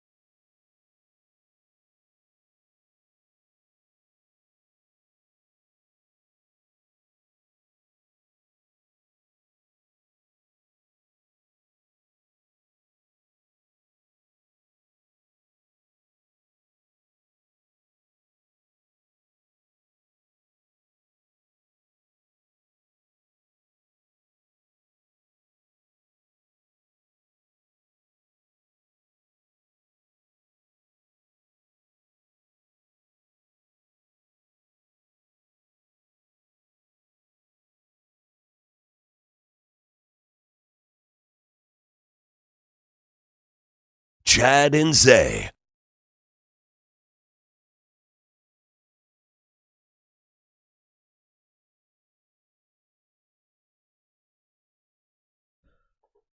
Oh, it's a great one on a Tuesday. That's a great one for any day. Jackie Wilson, right? Jackie Wilson. There it is. It's a great song. When I remember driving around as a kid, oldie station up in the Dallas area. This is one of those first songs I just locked into. Just kind of, it's a hard one to get away from. Yeah. His voice is so incredible. The song is so catchy. You can understand why it was such a monster back in the day. Jackie Wilson, Paul McCartney, and Shannon have all been on the show today, and we hope you guys are having a great Tuesday. There's a lot going on. We got 2 more NBA games to talk about tonight. Also, you got a little hockey tonight, Carolina and New Jersey. Carolina up 2-1 on the road, trying to go 3-0. That's ESPN tonight. They are both ESPN. Then it's Dallas, trying to get it evened up at 2 and get that home ice back. They are in Seattle, down 2-1. Huge night for the Kraken tonight in Seattle as they can go up 3-1. 8:30 ESPN. If you're a Stars fan, you'll be checking that one out. Got 2 NBA games, so TNT, ESPN. That's your back and forth, or maybe your multiple screen setup if you got it all hooked up. AV Consultations, shout out to them. They can hook it up for you if you need. All right, and remember, Texas baseball tonight at 6:30. Let's hope the rain stays out of the way for that. Let's get into the flex segment because we got some heavy lifters in the area. This is the heaviest we've talked about. Flex ATX for the best high school sports coverage. Listen to the Horn and go to FLXATX.com.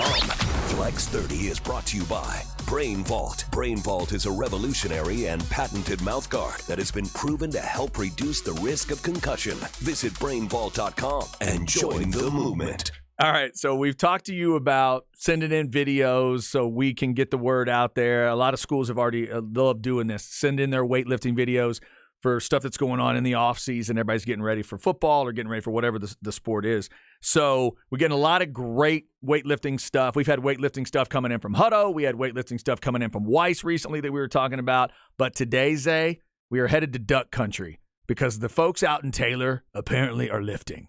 There's a video right now. You can see it at FLXATX. Ernest Alderete, class of 25. The nose guard / right guard squatting 600 in Taylor. Damn. And Zay, that's not the amazing part to me. The amazing part is go watch the video with the sound. Listen to the reaction in the room. They think it's pretty normal. Oh, it's just an everyday thing for old boy. Yep. Man. Now, there's some, I'm not saying they're not with him. They're screaming it out. Hey, come on, Big A, let's go, let's get it. But as soon as it's done, it's this business as usual kind of feel in the room. Like, okay, well, there you go. Big A got 600. Must be a Monday.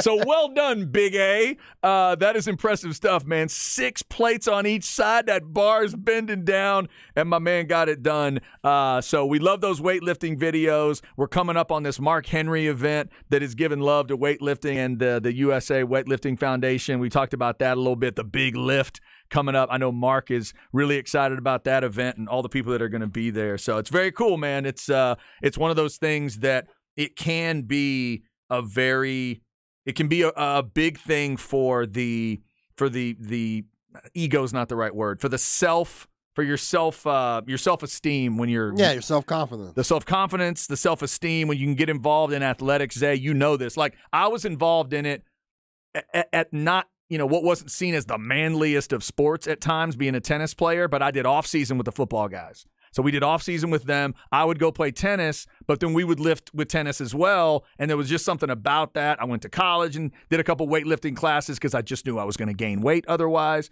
and it's been at times an important part of my life, just having some free weights around, some kind of weightlifting, strength training to do. So it's cool to see these videos for me. Yeah, it's so impressive. These kids are getting stronger and stronger by the day. And the fact that we just get multiple videos from kickers and punters to nose guards and stuff, everybody's throwing weight up. Dude, man. the punter going 205 the other day on the bench. That was wild.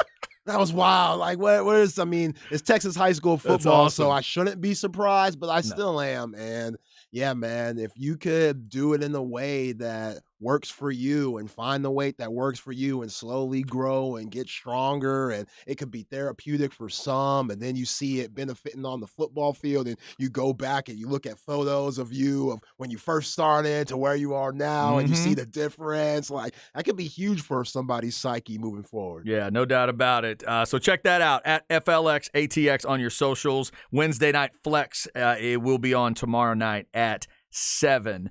Zay, before we hit this break here, NBA's throwing all defense out at us? Yeah, the all defensive teams just came out, and they only do first and second team. So you know how the all NBA teams, they do first, second, and third. Well, for all defensive teams, they just do the first and second. It's so just rude. yeah, it's interesting. But on the second team, the guys who made it is OG Anunoby from the Toronto Raptors, Derek White, Boston Celtics, Okay. Draymond Green, Okay. Bam Adebayo from the Miami Heat, and your boy Dylan Brooks. Oh, look out. I would say from the Memphis Grizzlies, but they didn't bring him back, so he is a free agent. Formerly of the Memphis Formerly Grizzlies. a Memphis Grizzly. Yes. That's right. So Yeah. that's the second team. Congrats to those guys. Okay. First team, Cameron Parker, Alex Caruso, the Chicago Bulls, Drew Holiday, one of the Ooh, best yeah. defenders ever. Makes sense. Jaren Jackson Jr., the defensive player of the year, so it definitely makes sense for him to be first team. Yeah. Brooke Lopez, which is amazing. That Wow. yeah, the Milwaukee Bucks, which is crazy. All right, 'cause Brooke. he might be, 15 years in? I remember the Lopez twins, the Horns knocked them out in that 08 Sweet 16. They played against Stanford, DJ Augustine and crew. They Okay. knocked them out of the tournament, so that was their last time. So, yeah, that was a long time ago, and him doing this in 2023, very impressive. Yeah. And last but not least, Evan Mobley, Cleveland Cavaliers. He gets KG comparisons defensively. He needs to up his offensive game. But, yeah, all these guys, defensive juggernauts. Wow. Well deserved. How about that? So no LeBron, Anthony Davis, or Steph Curry on the all-defensive team, just for the record. No. None of them No. made it. Now, Anthony Davis, if he was healthy, he would have made it. Right, okay. That's true. He didn't get to play enough. Yeah, he didn't play enough. Is this remind me, is this going to be media, coaches, players? How do we get to all defensive team? Or is it the league announcers? There's always like the writers that they let Okay. do it. Like there's different credible people that have been covering the game for a long time. They usually get the responsibility of, getting the vote. Gotcha. Also, remember on the NBA, we were talking about dates coming up this week. The 11th, this Thursday, is big for two reasons in sports. NFL schedule day is this Thursday. And then the day that we just talked about with Joe Cook a little bit, if you're going to come out of the NBA stuff and switch schools, you got to figure that out by May 11th. But then the other one coming up in May is the 15th. That is Wembanyama Day. Ooh. That's a week from yesterday. That's next Monday is Victor Day. Well, we'll do that. To the victor goes Victor on Monday. I don't think I've ever seen the NBA cover a player that's not even in the NBA yet, the way they do with Victor.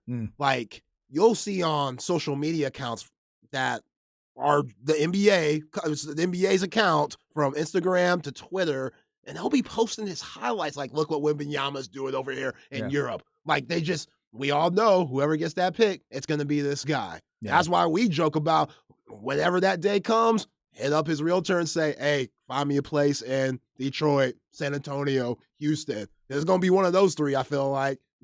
He better get ready. That's the best chance, and then those other teams And those will other just teams, we'll hope see. and- Yeah.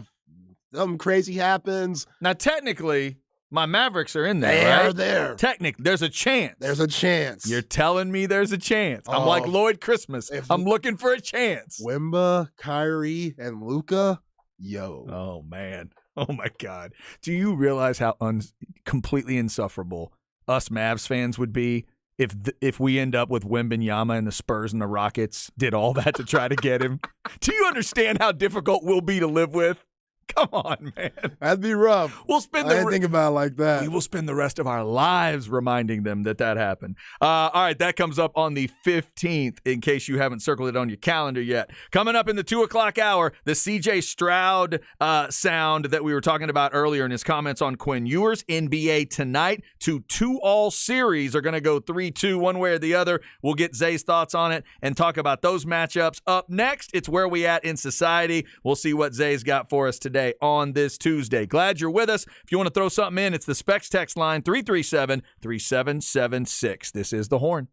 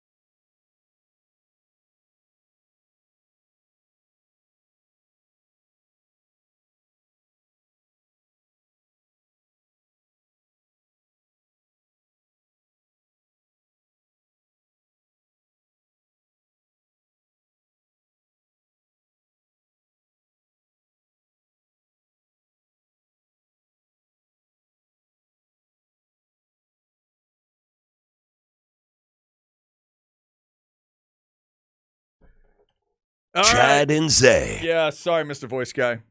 All right, it's Tuesday. If you're a parent, I have a warning. There's a song.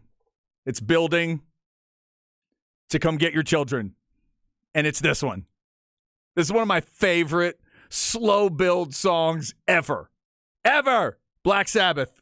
War Pigs. War Pigs. God, this is a great song. Whew, and the parents were so scared of it back in the day. Oh, get ready, the devil's coming. Oh, no. Oh, no. Where's that hi-hat coming from?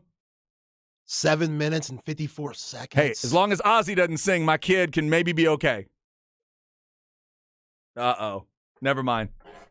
Run. Run, Junior. Run.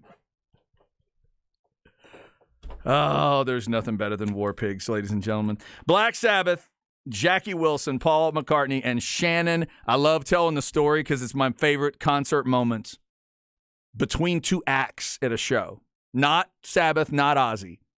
They played this song, and the crowd chants every lyric, and I'll never forget it. Gives me chills just thinking about it. That's cool. It's one of those songs that when they play it between the artists, people will go crazy. Yeah. And they played it, but I think it was Judas Priest I was waiting to see. And everybody, like without being, we didn't even think about it. Everybody at the same time just shouted out, generals gathered in their masses. And I'm like, holy smokes. Yeah. This is awesome.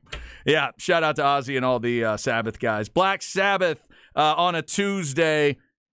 It's Black Sabbath kind of weather out there right now. A little bit of rain. Be careful. Rain around the area the next few days if I'm seeing the weather correctly. We've got the CJ Stroud stuff to talk about. We got NBA tonight and coming up in where we at. We might be working in a story that I just got clarification on and oh, my God. All right, let's get into where we at. See where Zay wants to go. Maybe we'll fit it in. Here we go. Where are we at in society today? Oh, my Lord. All right, Zay, what did you have today? Well, Because people are slipping up a lot. Yeah, let's start with the slip up first, because I think that is more important. And let's just say that it's probably what we would have talked about yesterday. Yeah, probably So we'll is. go a 2-for-1. So this was over the weekend it happened? It was. Yeah. Okay. I mean,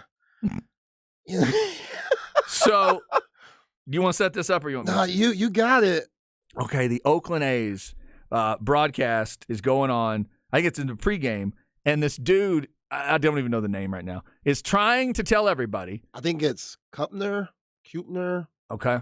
Glenn Kupner. I don't know. Glenn, okay. Trying to tell everybody that he had a really good time visiting the Negro League Museum and a barbecue place, famous barbecue place in Kansas City. He did not say Negro League. No. He said the N-word. Hard R. And the R was clear and the vowel was clear. That's the tough part of it. If you're trying to argue to me of what you meant to say versus what you said, that's a completely different vowel at the beginning of that word. And your brain probably needs to realize that before you get to the R. Hard R League? Are we serious? Come on, man. What? Come on, dude. Nobody says that. Nobody says that. I saw a comment after I just watched the video. Somebody commented, that might be what he and his buddies call it behind the scenes. Yeah, just like Bob.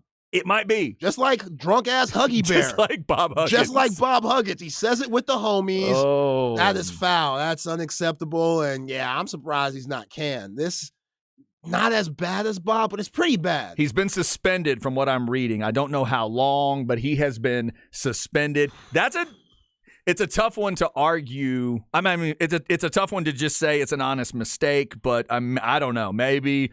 Again, I don't know the guy. I don't know the reputation. This is what matters, Zay, I think, on another level. If he walks around the office and certain people would hear this and go, oh, yeah, that's him. Yep, that's him. Or do they hear it and go, wow, that is not at all the way he comes across to me. He's always been a nice guy. He's always been this, whatever it is. I don't know. I don't know all that stuff. But that is one of the all-time slip-ups ever, or whatever it is. However you want to say it. If you believe it might be a Freudian slip, if you might believe it's something he actually says, that's one thing. I'm not going that far, but wow. Yeah, Don Imus is somewhere saying, whoa.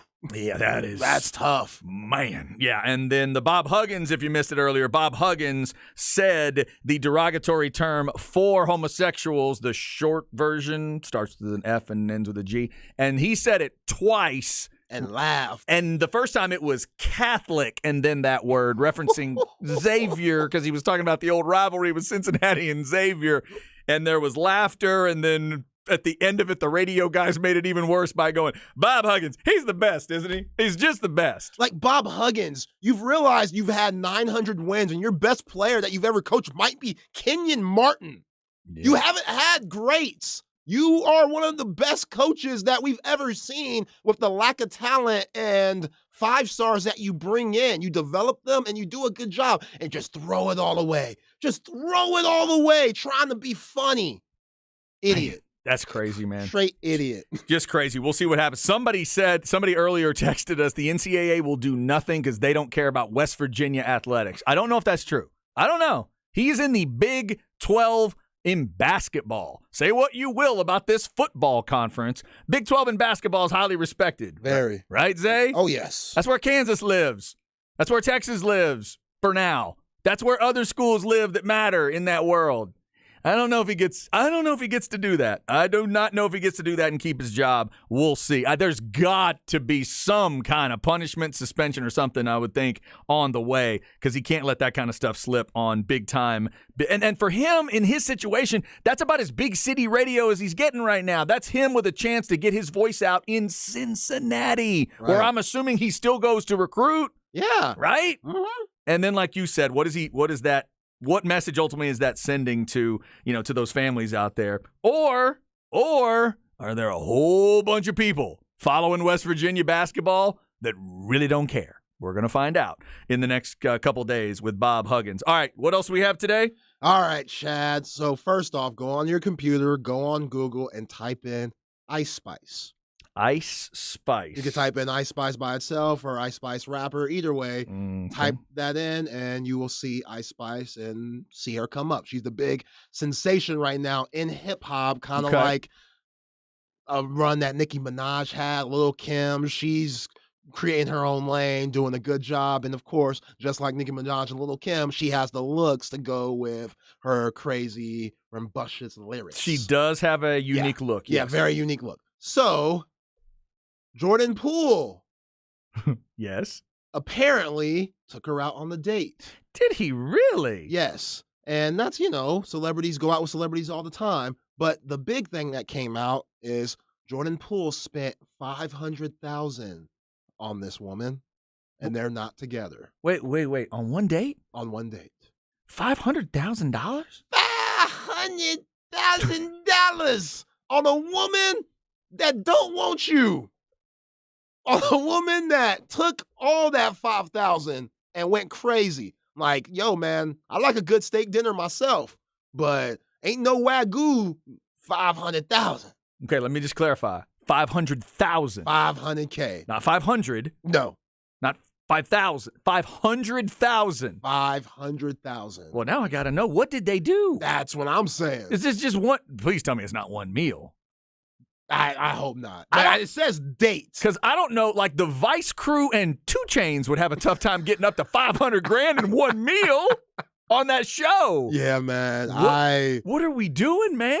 That ain't even a vacation. Dude, do you realize how much insecurity you have to have? Like that's him feeling the pressure. He thought, oh my God, I'm going to take out Ice Spice. I really have to. She's been out with a lot of people, right? He's assuming. Oh, yeah, everybody wants Ice Spice right now. Everybody wants Ice Spice. He's assuming she's met famous people. She's been to big parties. She is, because we all know that what's the old thing they always talk about? Like performers, rock stars, and pop stars, they want to be athletes, and athletes want to be pop stars. Oh, yeah. So it's two worlds that love each other. And so now it's like, wait a minute, she's been at all the big parties. She's been to all this stuff. She knows. So it's like, I got to go big. I got to keep going big. And he just lost control, I guess, and decided, okay, do I go a dozen roses or 2? What about 100 dozen? Let me do that. And he just went crazy. I mean, well, what if it worked out? What if they end up having a very nice romantic evening and now they're not together anymore and you're Jordan Poole, you spent all that money, you probably catch feelings. I mean, look at this girl. Anybody could catch feelings if she rocks your world the white ray. Some guys are just mentally soft. We're seeing in the playoffs right now, Jordan Poole is struggling. Is this affecting him? It's him knowing that, dang, I just spent $500K on a woman that's starting to get out. People are giving me grief. I really like this woman. She ain't returning my calls. Oh. And now every time Steph Curry swings me the ball, I can't make a shot.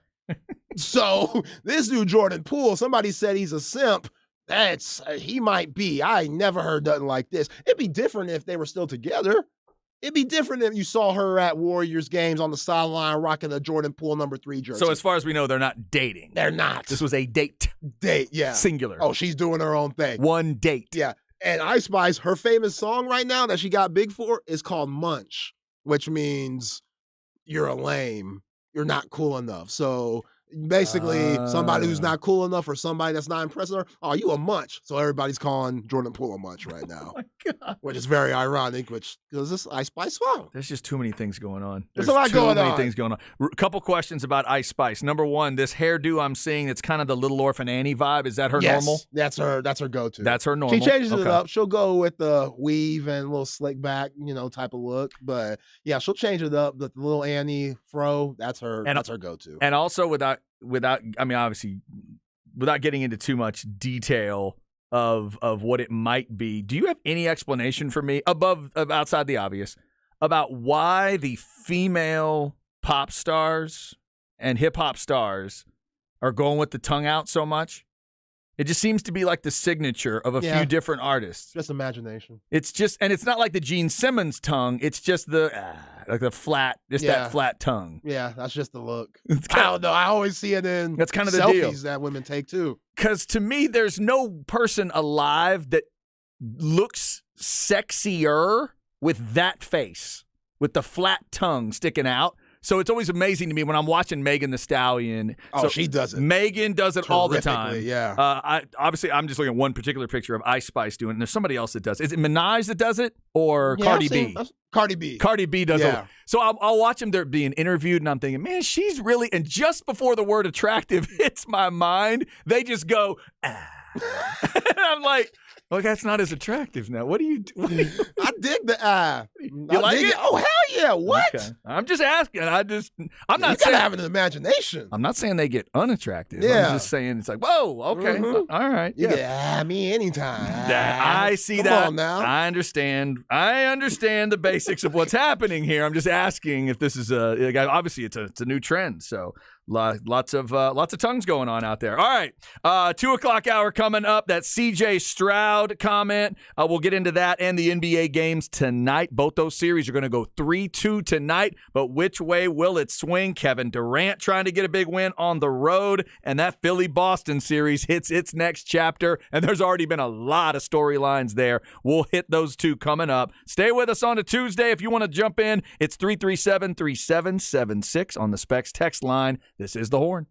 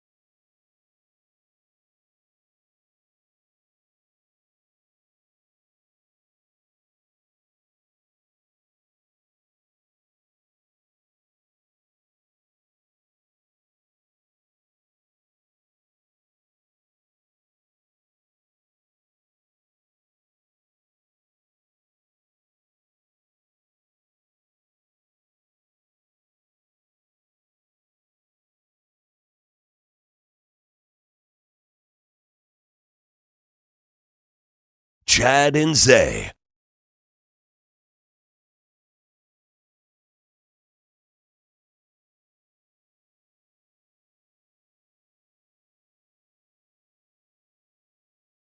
All right, getting started on our third hour. That means it is time for the beat of the day. It's Chad and Zay. I'm Chad Hastings. He is Isaiah Collier.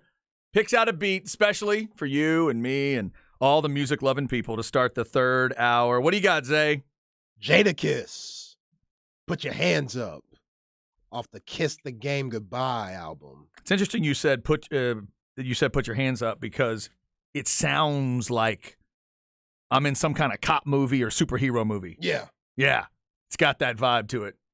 It's very good. That's a jam. Jadakiss. Jadakiss is the artist or the producer? Jadakiss is the artist. That would be the artist here. Okay. Yeah, 1/3 of the locks. Jadakiss Okay. is good, man. We play him a lot on here. Jadakiss. Yeah, it's very A lot good. of his beats. Like that beat. Good stuff to start this hour. We hope you are having a good Tuesday. Glad to be back in studio today. Thanks, everybody, for being a little patient with us over a couple of crazy days. But we are glad to be back in the studio. Thanks again to the bosses and to the landlord or landlords. I always think of it as one person, landlord, right? I don't think of it as a group of people. Right. Although back in the day, I had a couple that were my landlords. It was a couple. I'm not sure if they were happily married or not. Right. They were married, it would appear. But I would deal with both of them. Okay. I would talk to him sometimes talk to her. They both were very matter of fact, and They were cool. they're all right. Yeah, All right, they were yeah. cool. They'd look out for us. So I don't know if it is landlord or landlords, but thanks to the bosses, and I know there are bosses. I do know that. That's a plural. There's a whole lot of people above our pay grade keeping things running smoothly. So we want to thank the bosses and landlord or lords for figuring things out and getting the communication straight and getting things figured out so we could get back into the building and get the shows going and all that stuff today. So we've been fired up since 6 a.m. as normal, and we're glad to bring you that 13 hours of local shows every day. We obviously have hit some NBA from last night. That Lakers-Warriors series has been so interesting to watch, and last night was an incredible game. It could have ended 2-2 with Golden State, and we go, yeah, there they are, former champs showing that championship medal, but it didn't really happen. We've hit that. Just a couple weird trips, really 3 weird trips for the Warriors to end that game, Zay. The 2 decisions from Steph Curry and then Draymond Green and Klay Thompson and whoever it was that couldn't get that last play together. It just was uncharacteristically sloppy for them to finish a game. All they needed was a bucket, a 2, and they couldn't get one. Yeah, it was interesting. I mean, Anthony Davis, incredible defensive job on Steph Curry to force those 2 bad shots. And Draymond Green, like I said in the first hour, Chad, when you have Dennis Schroeder on you and you get that first rebound, offensive rebound from Steph Curry, you got to put it up. You gotta put it up. And he didn't, threw it back out. They end up getting a bad shot. The Lakers make those free throws. Then they need that 3, and we go back to that play with Draymond and Steph, and Draymond gets caught in the air. Draymond and Klay, and Draymond gets caught in the air. And you talked about J.J. Redick saying he should be out in the corner faster. The reason he wasn't was because Anthony Davis and LeBron James read it before anything could happen. Yeah, they just swarmed him. Like LeBron... People they're showing a video of just LeBron James during that possession, and LeBron just orchestrating all the switches. Every switch that happens, LeBron calls it out. Really? From Steph Curry on that dribble handoff that was supposed to happen between him and Draymond before Draymond drove to the hole and jumped in the air and got called for that, or didn't get called for the foul, but turned it over. Right. He said, switch that. Then he went back to the other side with Klay and Andrew Wiggins. Switch that. And yeah, that's why they didn't get a shot up. So it was just Steve Kerr, even though as good of a coach as he is, he's getting out coached by Darvin Ham, point blank. And it's not like Steve Kerr's not doing bad things. It's just Darvin Ham playing D'Angelo Russell at the right times, playing Lonnie Walker in the 4th quarter after not playing him in the first 7 games from the first series to the first 2 games of this series. Now he's in the lineup and great game he's he had, confident. Like, he is absolutely dealing. Little Darvin mid-range Ham. jumpers. Oh, yeah, hitting threes. That getting to the steal lane. and finish was huge. Yeah. with about 3 minutes to go, something like that. Yo, Lonnie Walker was a 5-star player coming out of high school before going to the U. So that kind of speaks to, I was going to ask you something about LeBron. We one of his incredible characteristics is the magic part of him. And I don't mean magic like poof. I mean Magic Johnson part of him, about assists and making others better. And he said he told Walker to be ready and continue to work on things and everything. But I'm also sensing right now this stoicism from LeBron. As a fan that's watched his whole career, do you feel like there's an evolution there where he used to be a little more boisterous, he used to be a little more energetic, and now it's almost the guy he just passed. It's almost like Kareem or a Tim Duncan kind of reaction to things. Maybe he's getting it a little from Anthony Davis too, because Davis has always been a little bit understated. But what do you make of kind of his reaction to things? Because it just feels like it's all business to LeBron on some level. Yeah, he has changed in a little bit, because we talk about him and his son, who just committed to SC. He's going to be at USC this upcoming season. And, you and I have talked about LeBron putting maybe too much pressure on little Bronny by saying, I want him in the league. I want to play with him. In order to get him to the league, that's my first goal. That's my first focus. How do we get him to the league as quick as possible? And then I heard after game 3 during this presser, he was talking about, this is his journey. I need to take a step back. This is one of the happiest days of my life. And I'm so proud of Bronny and the man he's becoming. I can't wait to see this, his future and how his basketball career goes. He wasn't talking about getting him to the league and stuff like that. And maybe he's reflected and understands that, you know what? I don't have many years left. I know we're playing against a franchise legendary dynasty team in the Warriors. I can't take it for granted.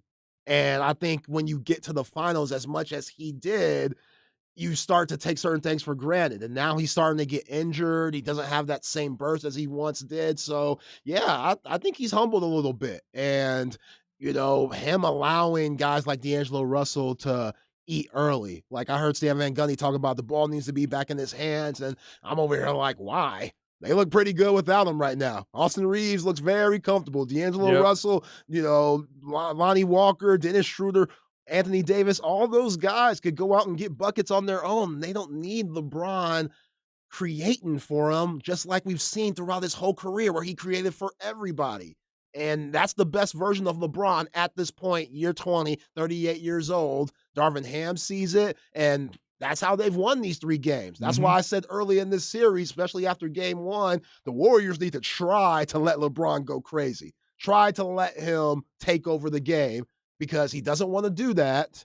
And in the playoffs, it's all about making somebody uncomfortable. What they're used to doing, get them out of that. Make them uncomfortable. Get them doing something else. And LeBron's refusing to do that. Right. He's playing in the corner. He's playing off of other guys. He's catching and shooting. He's cutting at the right times. And then in the fourth quarter and third quarter, he has energy to have those chase down blocks like we saw to get Steph Curry. In game 3, you saw him tip that ball out of bounds on that crazy hustle play where he ran up in the stands and stuff like that. He has more energy because the ball's not in his hands as much as it used to be. By the way, I couldn't tell. What did he say to Steph on the way back there? I could not tell. I don't know. Steph was looking at him kind of like, are you serious? Dude, that was incredible. The energy's there. Doesn't feel like he's getting gassed. And there were the other day in that game where they win by 30, for him to not take a shot in the first quarter, and they're down. And I'm thinking, wow, how long are you going to do this, LeBron? How long are you going to stay with it? The announcers are kind of getting, but they stayed the course and whipped them by the end of the game. And D'Angelo Russell, he was hot in that first quarter. Yeah. He had like 15 points. And LeBron made some pretty... And Davis had already started well. Yeah. And LeBron just kind of steps out of the way when that happens. It's almost... And every once in a while, Michael Jordan would have those too. If y'all get started well, I can chill out. But if you need me to, I'll get it started. But now you're right. LeBron in year 20, it's almost like, hey, fellas, I'll finish anything. But I probably don't need to try to start everything, because then I'm not going to have the gas at the end. Yeah, and Draymond said on this podcast, him and Steph were talking. He said, yo, I can't figure out Bron. Steph told Draymond, I can't figure out Bron. We've never played against LeBron with this type of mindset. Right. And it's weird because Steve Kerr, going in, the scouting report is to stop number 6. Yeah. It's to stop arguably the greatest player of all time. And what happens if he's just hanging in the corner? Yeah, just hanging in the corner as a decoy. Like, what do you do with that? You have your best defender. That's what Memphis got caught up with. Dylan Brooks is trying to get in LeBron's head and all this stuff, playing him full court. LeBron ain't even touching the ball. LeBron's going in the corner just chilling. So Dylan Brooks, second team all defense, is worthless because everybody else who isn't as good defenders as Dylan Brooks, Jaren Jackson Jr., yes, he is because he's the defensive player of the year. But Ja Morant, Bane, they had to do all the dirty work while LeBron's just chilling and picking his spots. Yeah, you're pulling the best defender away from the defense, and you're not even doing it for the reason you'd think. Yeah. It's crazy and brilliant at the same time. Oh, it's brilliant. Because it's working for them, and they're up. They're obviously up 3-1. It's good stuff. All right, you want to get into these other NBA series, or you want to get this C.J. Stroud thing out there? Let's go C.J. Stroud. Okay, so C.J. Stroud appeared on The Shop with LeBron and the crew. Yeah, I don't know if it was The Shop for sure because it wasn't LeBron. It was Maverick Carter, his guy. All right. And then some of the other guys that you see on The Shop. But LeBron wasn't there. I don't know if it was a podcast version. Either way, he was talking to Mav Carter and a bunch of other guys. So they were talking about football stuff. Do we have the sound here? We do have the sound. Okay, so here is C.J. Stroud talking about his time at Ohio State and when a certain thing happened. Here we go. First one was like, man, how hard can I make it on myself to be better? And Ohio State wasn't going to be easy. I had another quarterback I came in with that I knew I was going to play early. And Justin was there when you got there. He was the starter. Yes, sir. Yeah. So Justin was the starter. I was the backup. And next year, they brought somebody else in. Quinn Ewers, the Texas quarterback, was the number one player I think ever ranked in high school. Yeah, the highest ranked ever. Yeah, they brought him a week in the fall camp, which is training camp for us. And I kind of felt disrespected. So did you really? Yeah, I didn't like that. Did they talk you through it? They told me the day he came. Oh, wow. Yeah, There's something interesting hearing, even in high school, you didn't start till your junior year. Right. You weren't promised anything at Ohio State. You had to compete. Do you expect the same? Is that your mindset going into the pros? Not going to be handed anything day one? Right, 100%. I definitely think everything that I've gotten in my life has been earned, never given. And I pride myself on that. I think that's why I kind of have a chip on my shoulder a little bit. I have that dog in me just because I know I've been counted out multiple times. They brought in a guy 2 weeks before our first game, and I thought I was the guy. That just shows you, man, it's a business at the end of the day. And now I'm doing it for myself. I know the business that I'm in, that it is, in a sense, cutthroat. Man, he came back to it, too. Came back to it with a second mention there. And maybe there's an embellishment to it, but they told me the day he got there. Yo, Ryan Day, that's foul. That's foul work. I can't knock it, though, because, again, like I said about Dak Prescott and Mike McCarthy, when Mike McCarthy went out and said, we're going to focus on the run game more after the season that Dak Prescott just had, that should light a fire under Dak. It should. And coaches just pick and poke certain guys' buttons, and some guys will thrive from it and be offended and use it as motivation and come back just with a different type of kill mode mentality, and other guys will let it affect them, like, oh, coach don't got my back, coach ain't here, coach this and that. At the end of the day, this is Ohio State. They're gonna bring in 5-star recruits no matter what. That's how it should be at Texas. You shouldn't get butthurt, but any way you could use motivation from it, go ahead. And I knew Ryan Day probably saw C.J. Stroud and said, yeah, you had that really good season last year. We don't know about you yet. Justin Fields just left. You're coming in. We still don't know. We have a lot of good wide receivers, but you got to prove it still. Yeah, we got to beat Michigan, man. Yeah, they didn't do that. But no, they didn't. But I don't think C.J. Stroud's never beat Michigan, has he? No, I don't believe so. Yeah, I don't believe so. So coming in, I'm not mad at it. C.J. Stroud, I appreciate him saying that.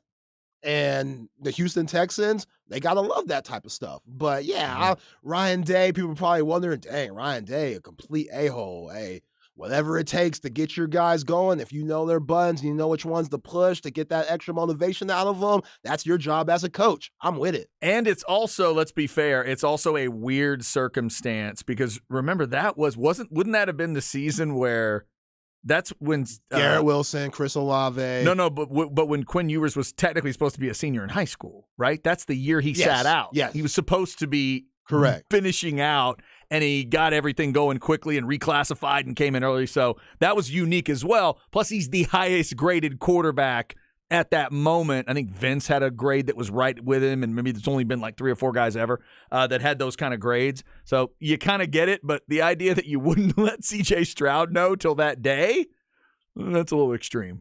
But hey, maybe you're right. Maybe it is about It is cold. Maybe it is Coach Day trying to pump him up. C.J. Stroud, there he is, Texans fans, your new quarterback, talking about a situation. But also, Zay, it's a league of chips on shoulders, real and perceived. It doesn't even matter anymore if it's an actual chip on the shoulder or, if it's a chip for a reason or not. Real or not. Doesn't matter. It doesn't matter. Aaron Rodgers carried a chip about that Mac Brown thing for years. Probably still does. And it's total silliness, but he uses it. Tom Brady can still name every quarterback they drafted ahead of him, and he went 199 in the draft. Levis is going to be holding this. If he becomes something in the league, he'll tell you about that day and all the quarterbacks they took before me, and that'll be part of his chip on the shoulder. Yeah. Yeah. You got to find it somewhere. I like the guys who make up stuff. Like Shaquille O'Neal, that's one of my favorite stories ever. Back in his San Antonio Cold days, saying that he, air quote, met David Robinson, and David Robinson gave him the cold shoulder. And he was like, oh, what? Well, okay, David, I got you. Yeah, barbecue chicken.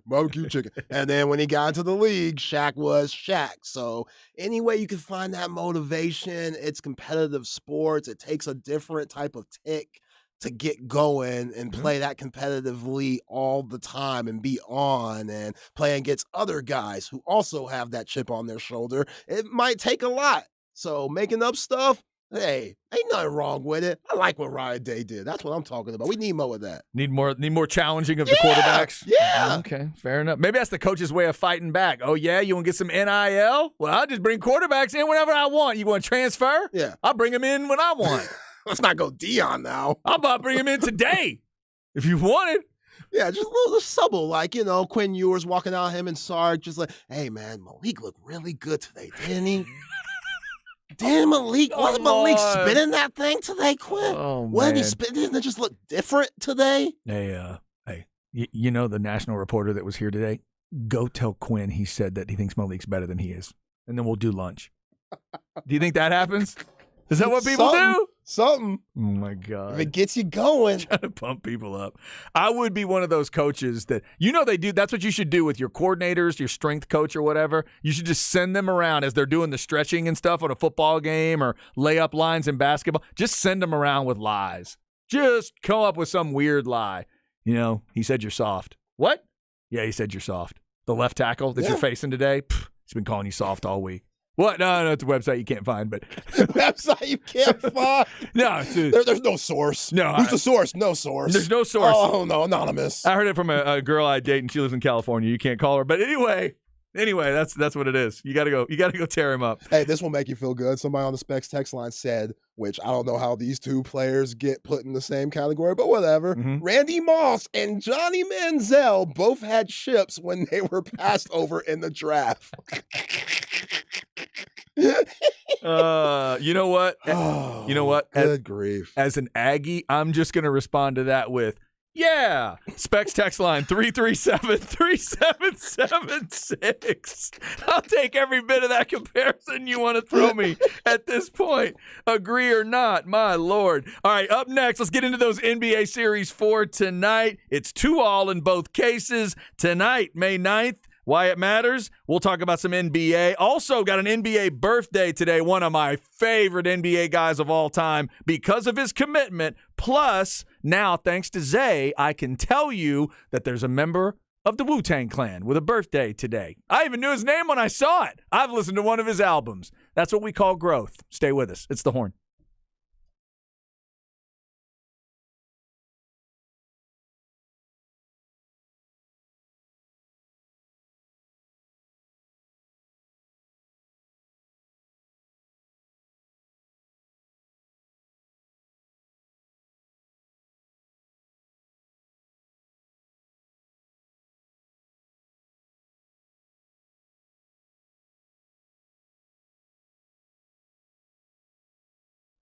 All right, this is Chad. Let's talk Apple leasing. Any make, any model, any car, any truck. We are headed into, of course, in spring, headed towards summer. Maybe it is a big family trip you've got planned, and you just know that old minivan ain't going to do it. You know you need a bigger SUV because, oh, wait, last time we went on the trip, we didn't have that person with us. Or wait a minute, now one of the other kids has a girlfriend or boyfriend and they're going to come with us. Apple Leasing can get you upgraded. Or maybe it's just that it's time and you need a new car or truck. They will get it for you and they'll make it so easy. They've got all the different contacts out there. They're going to go find you the best deals. They'll find you all those rebates that the dealers can get you, all the same discounts and incentives that you'd get at the dealer. They get those for you. The rebates, the holiday sales, all the different selections. They'll find the places that have better selection. They'll find the place that has something you're looking for to save you the legwork. So you're not having to go all the way out to dealership here and a dealership there. They get it all together for you. They bring the options back to you. You're going to sign everything electronically with DocuSign. That is so easy. Just took me a couple conversations and we were off. They will even deliver it to your driveway and drive that trade-in away if that's what you need them to do. Call 346-9977. Be sure to tell the folks at Apple we said hey and that you heard it on the horn. 346-9977 or go to appleleasing.com.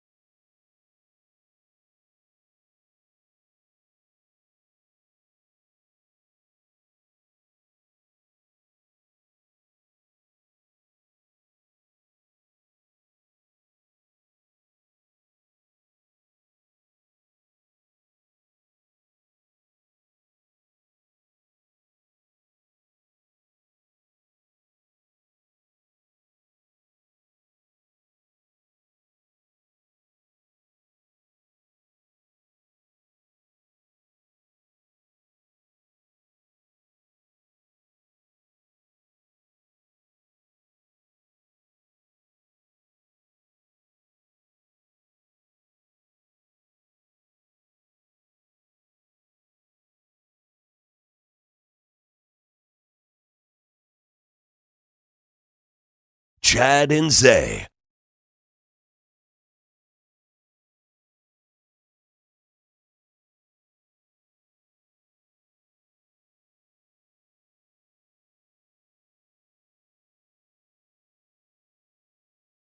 I'm assuming later on there's a $500,000 reference.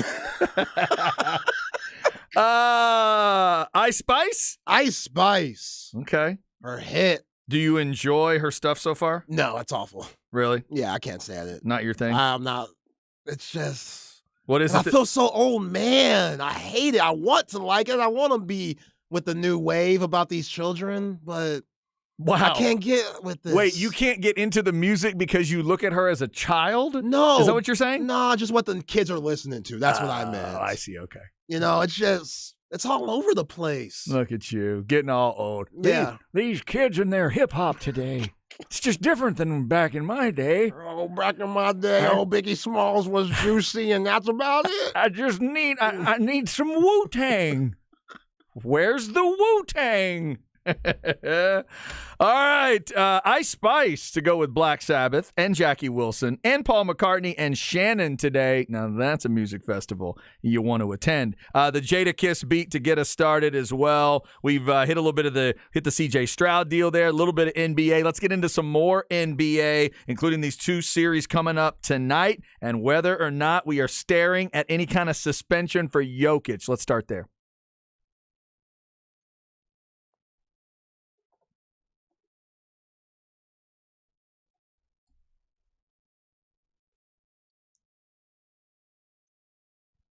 All right.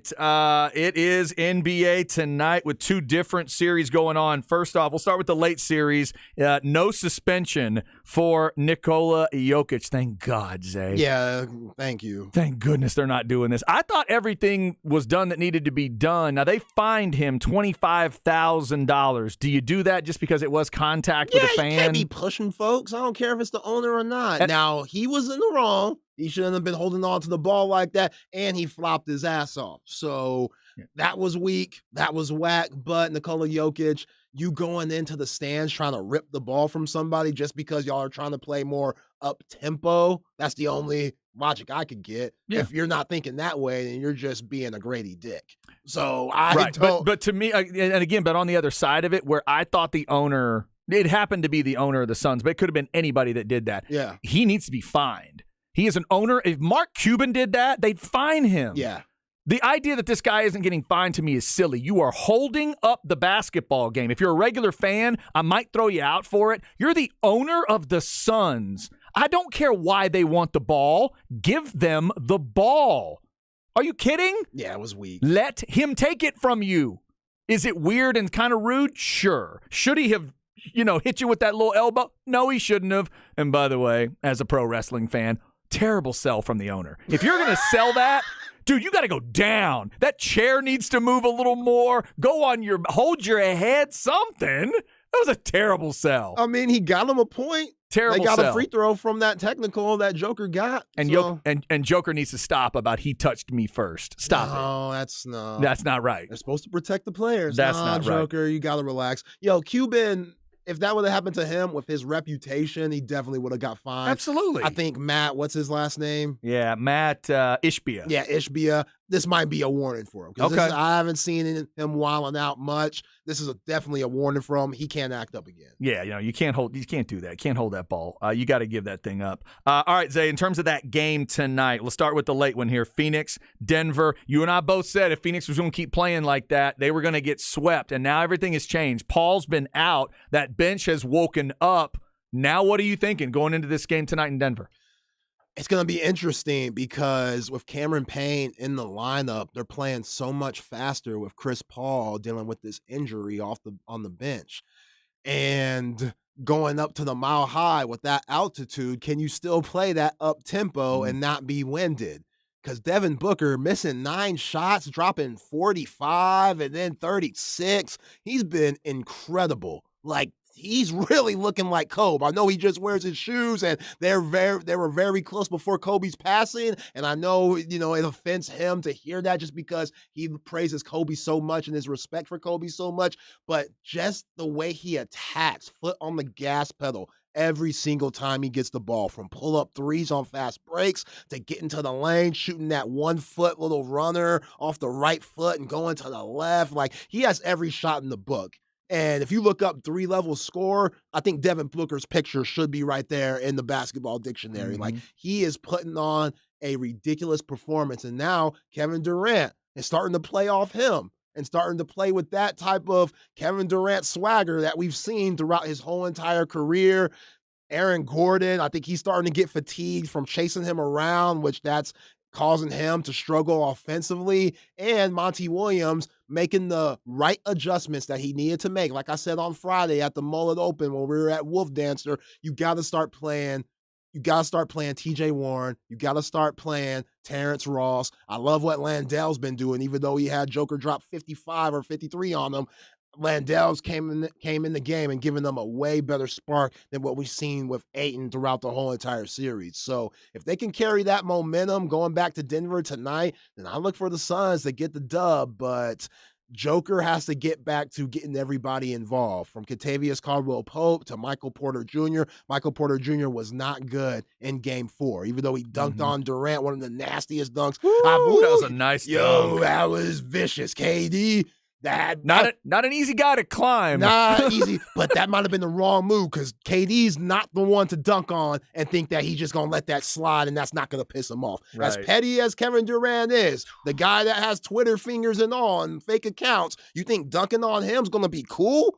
Nah, bro, because we're going to see that highlight for the rest of our lives just because it's Kevin Durant, just like we see that highlight of Jason Tatum dunking on LeBron James in the 2018 Eastern Conference Finals. So that might have been a good play for Denver, but for the long run, waking KD up like he is now, not the most, not the best. Might not have been the greatest idea. That's true. That's the late game tonight on TNT. The early drama is Philly at Boston, 6:30 on TNT. So Philly, what a game that was too. Could have been 3-1. In this case, it goes to 2-2. Philly fights it to overtime. Harden hits the big shot. Harden hits that great shot in overtime. By the way, can I get a little extra love for James Harden that he had to slide out slightly to catch that pass from Embiid and then reset himself? You can tell me, as a true basketball guy more than I am, that just looks like it would be. He said it was a great pass. That wasn't a great pass. Yeah. He had to adjust, and to still nail that shot, I thought that was big time. Yeah, it's definitely harder to catch the ball and shoot it on the move than it is from a standstill, regular catch and shoot position. And yeah, it's just bad help for Jaylen Brown. Like, you know that James Harden's on the outside. I get it.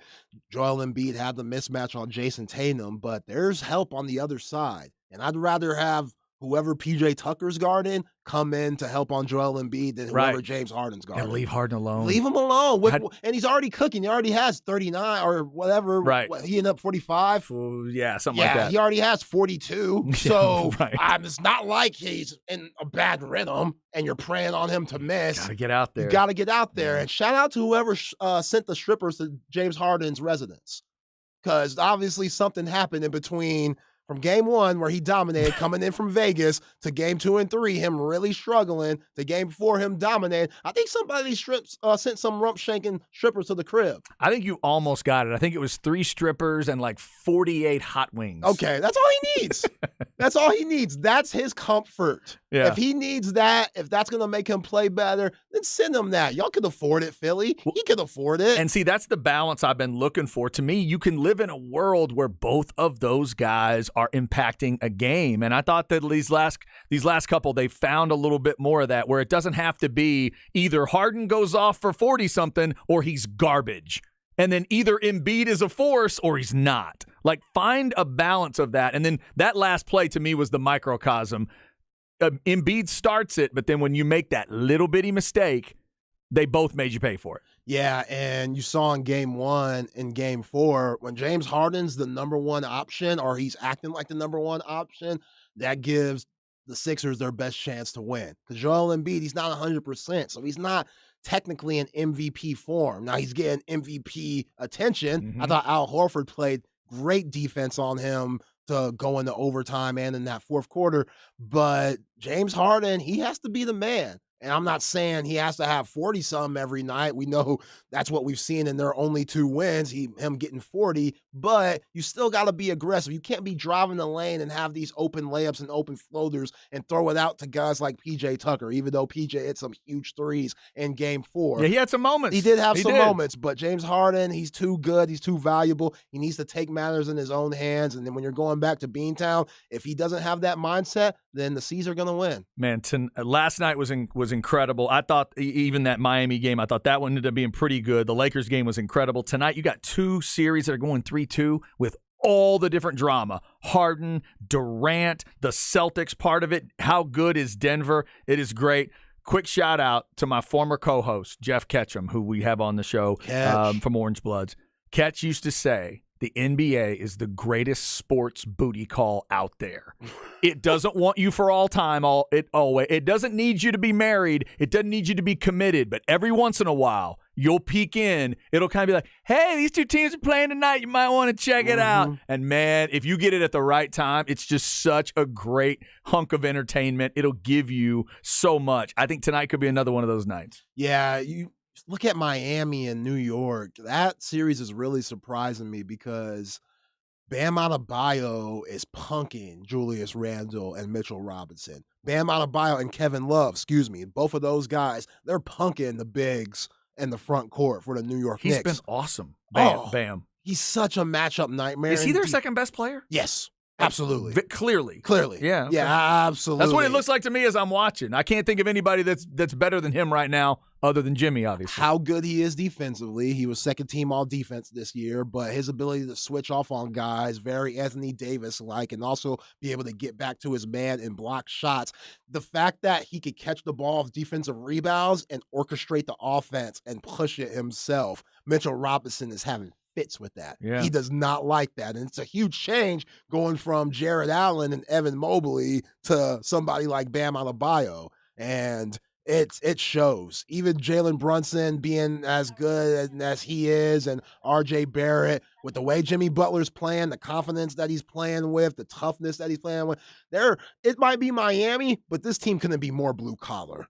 Like Kevin Love, Kyle Lowry, Jimmy Butler, Bam Adebayo. These are some tough, hard-nosed dudes that been in the league for a while and aren't going to get punked, aren't going to let you punk them. And it's going to be very tough to get them out, even though they're an 8th seed. They've been dealing with a lot of injuries throughout the year. Getting Kevin Love is huge. And somebody on Specs text line saying Julius Randle is mentally weak. A lot of those guys are. I saw Mitchell Robinson.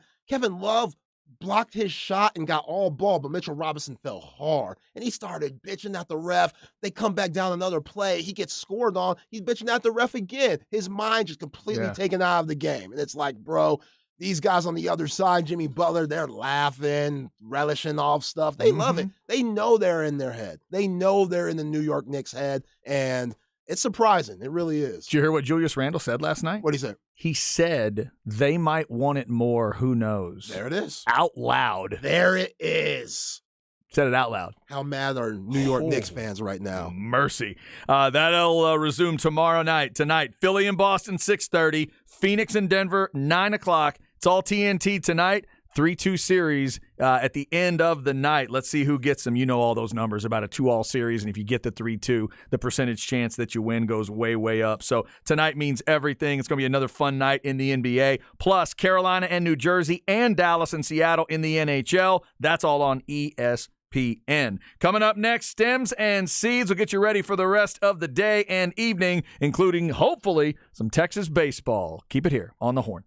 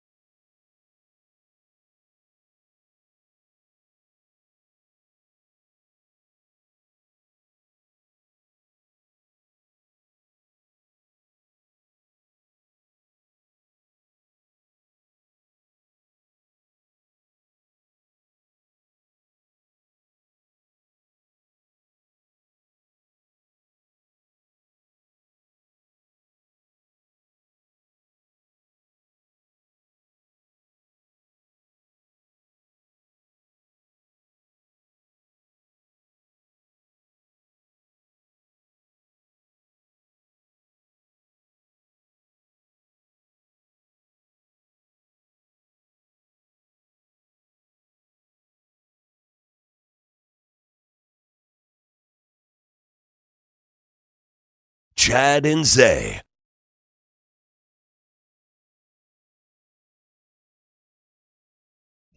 Oh, like the start of that. Just about to finish out on a Tuesday. Texas baseball coming up. We'll get you the particulars in a second. What do you got, Zay? Taking it back to house party, baby. Okay. Kid and play. Oh, there we go. The most famous. What do you call that? Rolling. What's that hairdo called? High top. The high top. Is that high top fade or just straight up? High top fade. That's dedication. Oh, yeah. Can you sleep with that hair?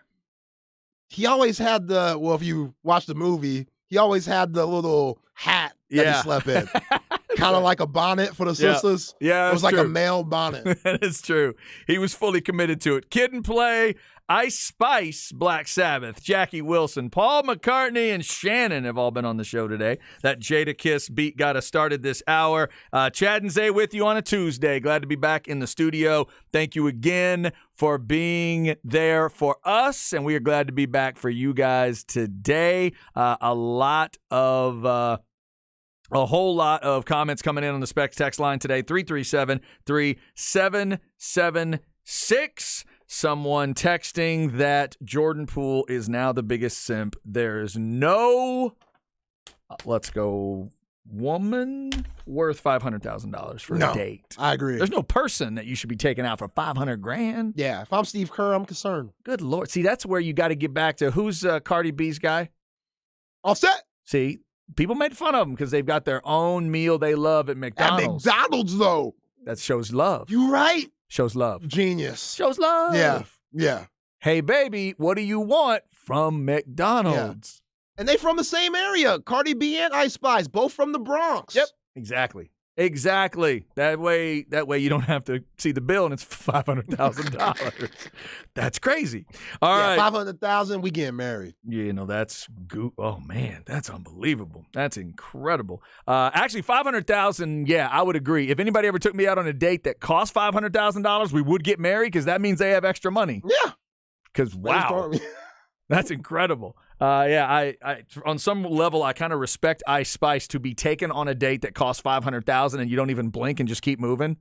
Okay, good for you. And think about just as a man, I just spent $500,000. You still don't want me, and I'm in the league, and you still don't want me. No wonder he's playing so bad right now. That's crazy, man. It's brutal. Yeah. You know Draymond smiled the next time you saw him after that. Ooh, had to be a rough film session on that one. All right, before we get out of here, let's get you some stems and seeds. We'll start with Texas baseball. No stress, no seeds, no stems, no sticks.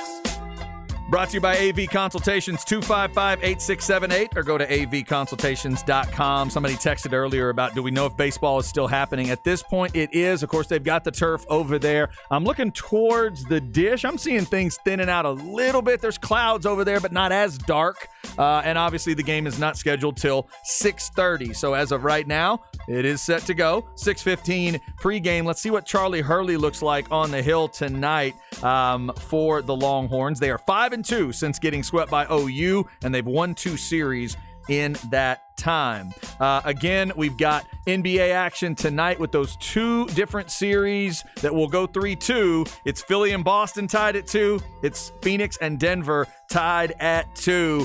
Zay, give me your prediction here. Boston at home? Yeah. Yes? Boston. Mm-hmm. Denver at home? No, Phoenix. Oh, you like Durant to make a statement tonight? I like it. I like how they're playing without Chris Paul. I loved Durant and Booker both getting 36 last time, but a different type of 36. It was 36, 6 and 12 for Booker, 36, 11 and 6 for Durant. They were a machine in that game. Now, they only won by 5, scoring 129. That's still my concern for them. I'll say Denver wins tonight, and you know what? I'm going to flip it. I'll say Denver wins and Philly wins. Ooh, bringing the strippers to Beantown. I'm going to believe. I'm going to hate this tomorrow, but I'm going to believe in James Harden to get that one done. Maybe it's because I'm a Boston hater. Could be that. It could very well be that. Also, this quick story out of the NFL. The Colts want the league to look into whether or not Washington tampered a little bit because they were asking about Andrew Luck. I thought of you immediately, Zay. This is what happens when you lose Taylor Heineke. This is exactly what happens. You get desperate. You start doing illegal things. They don't know what to do. Oh, Damn shame. Oh, my God. They didn't ask him. They didn't ask an agent, but apparently they found a third or fourth or fifth party they're just asking a question. That's how nervous you get when Heineke leaves you. Man, Andrew Luck is fishing somewhere in the Houston area right now.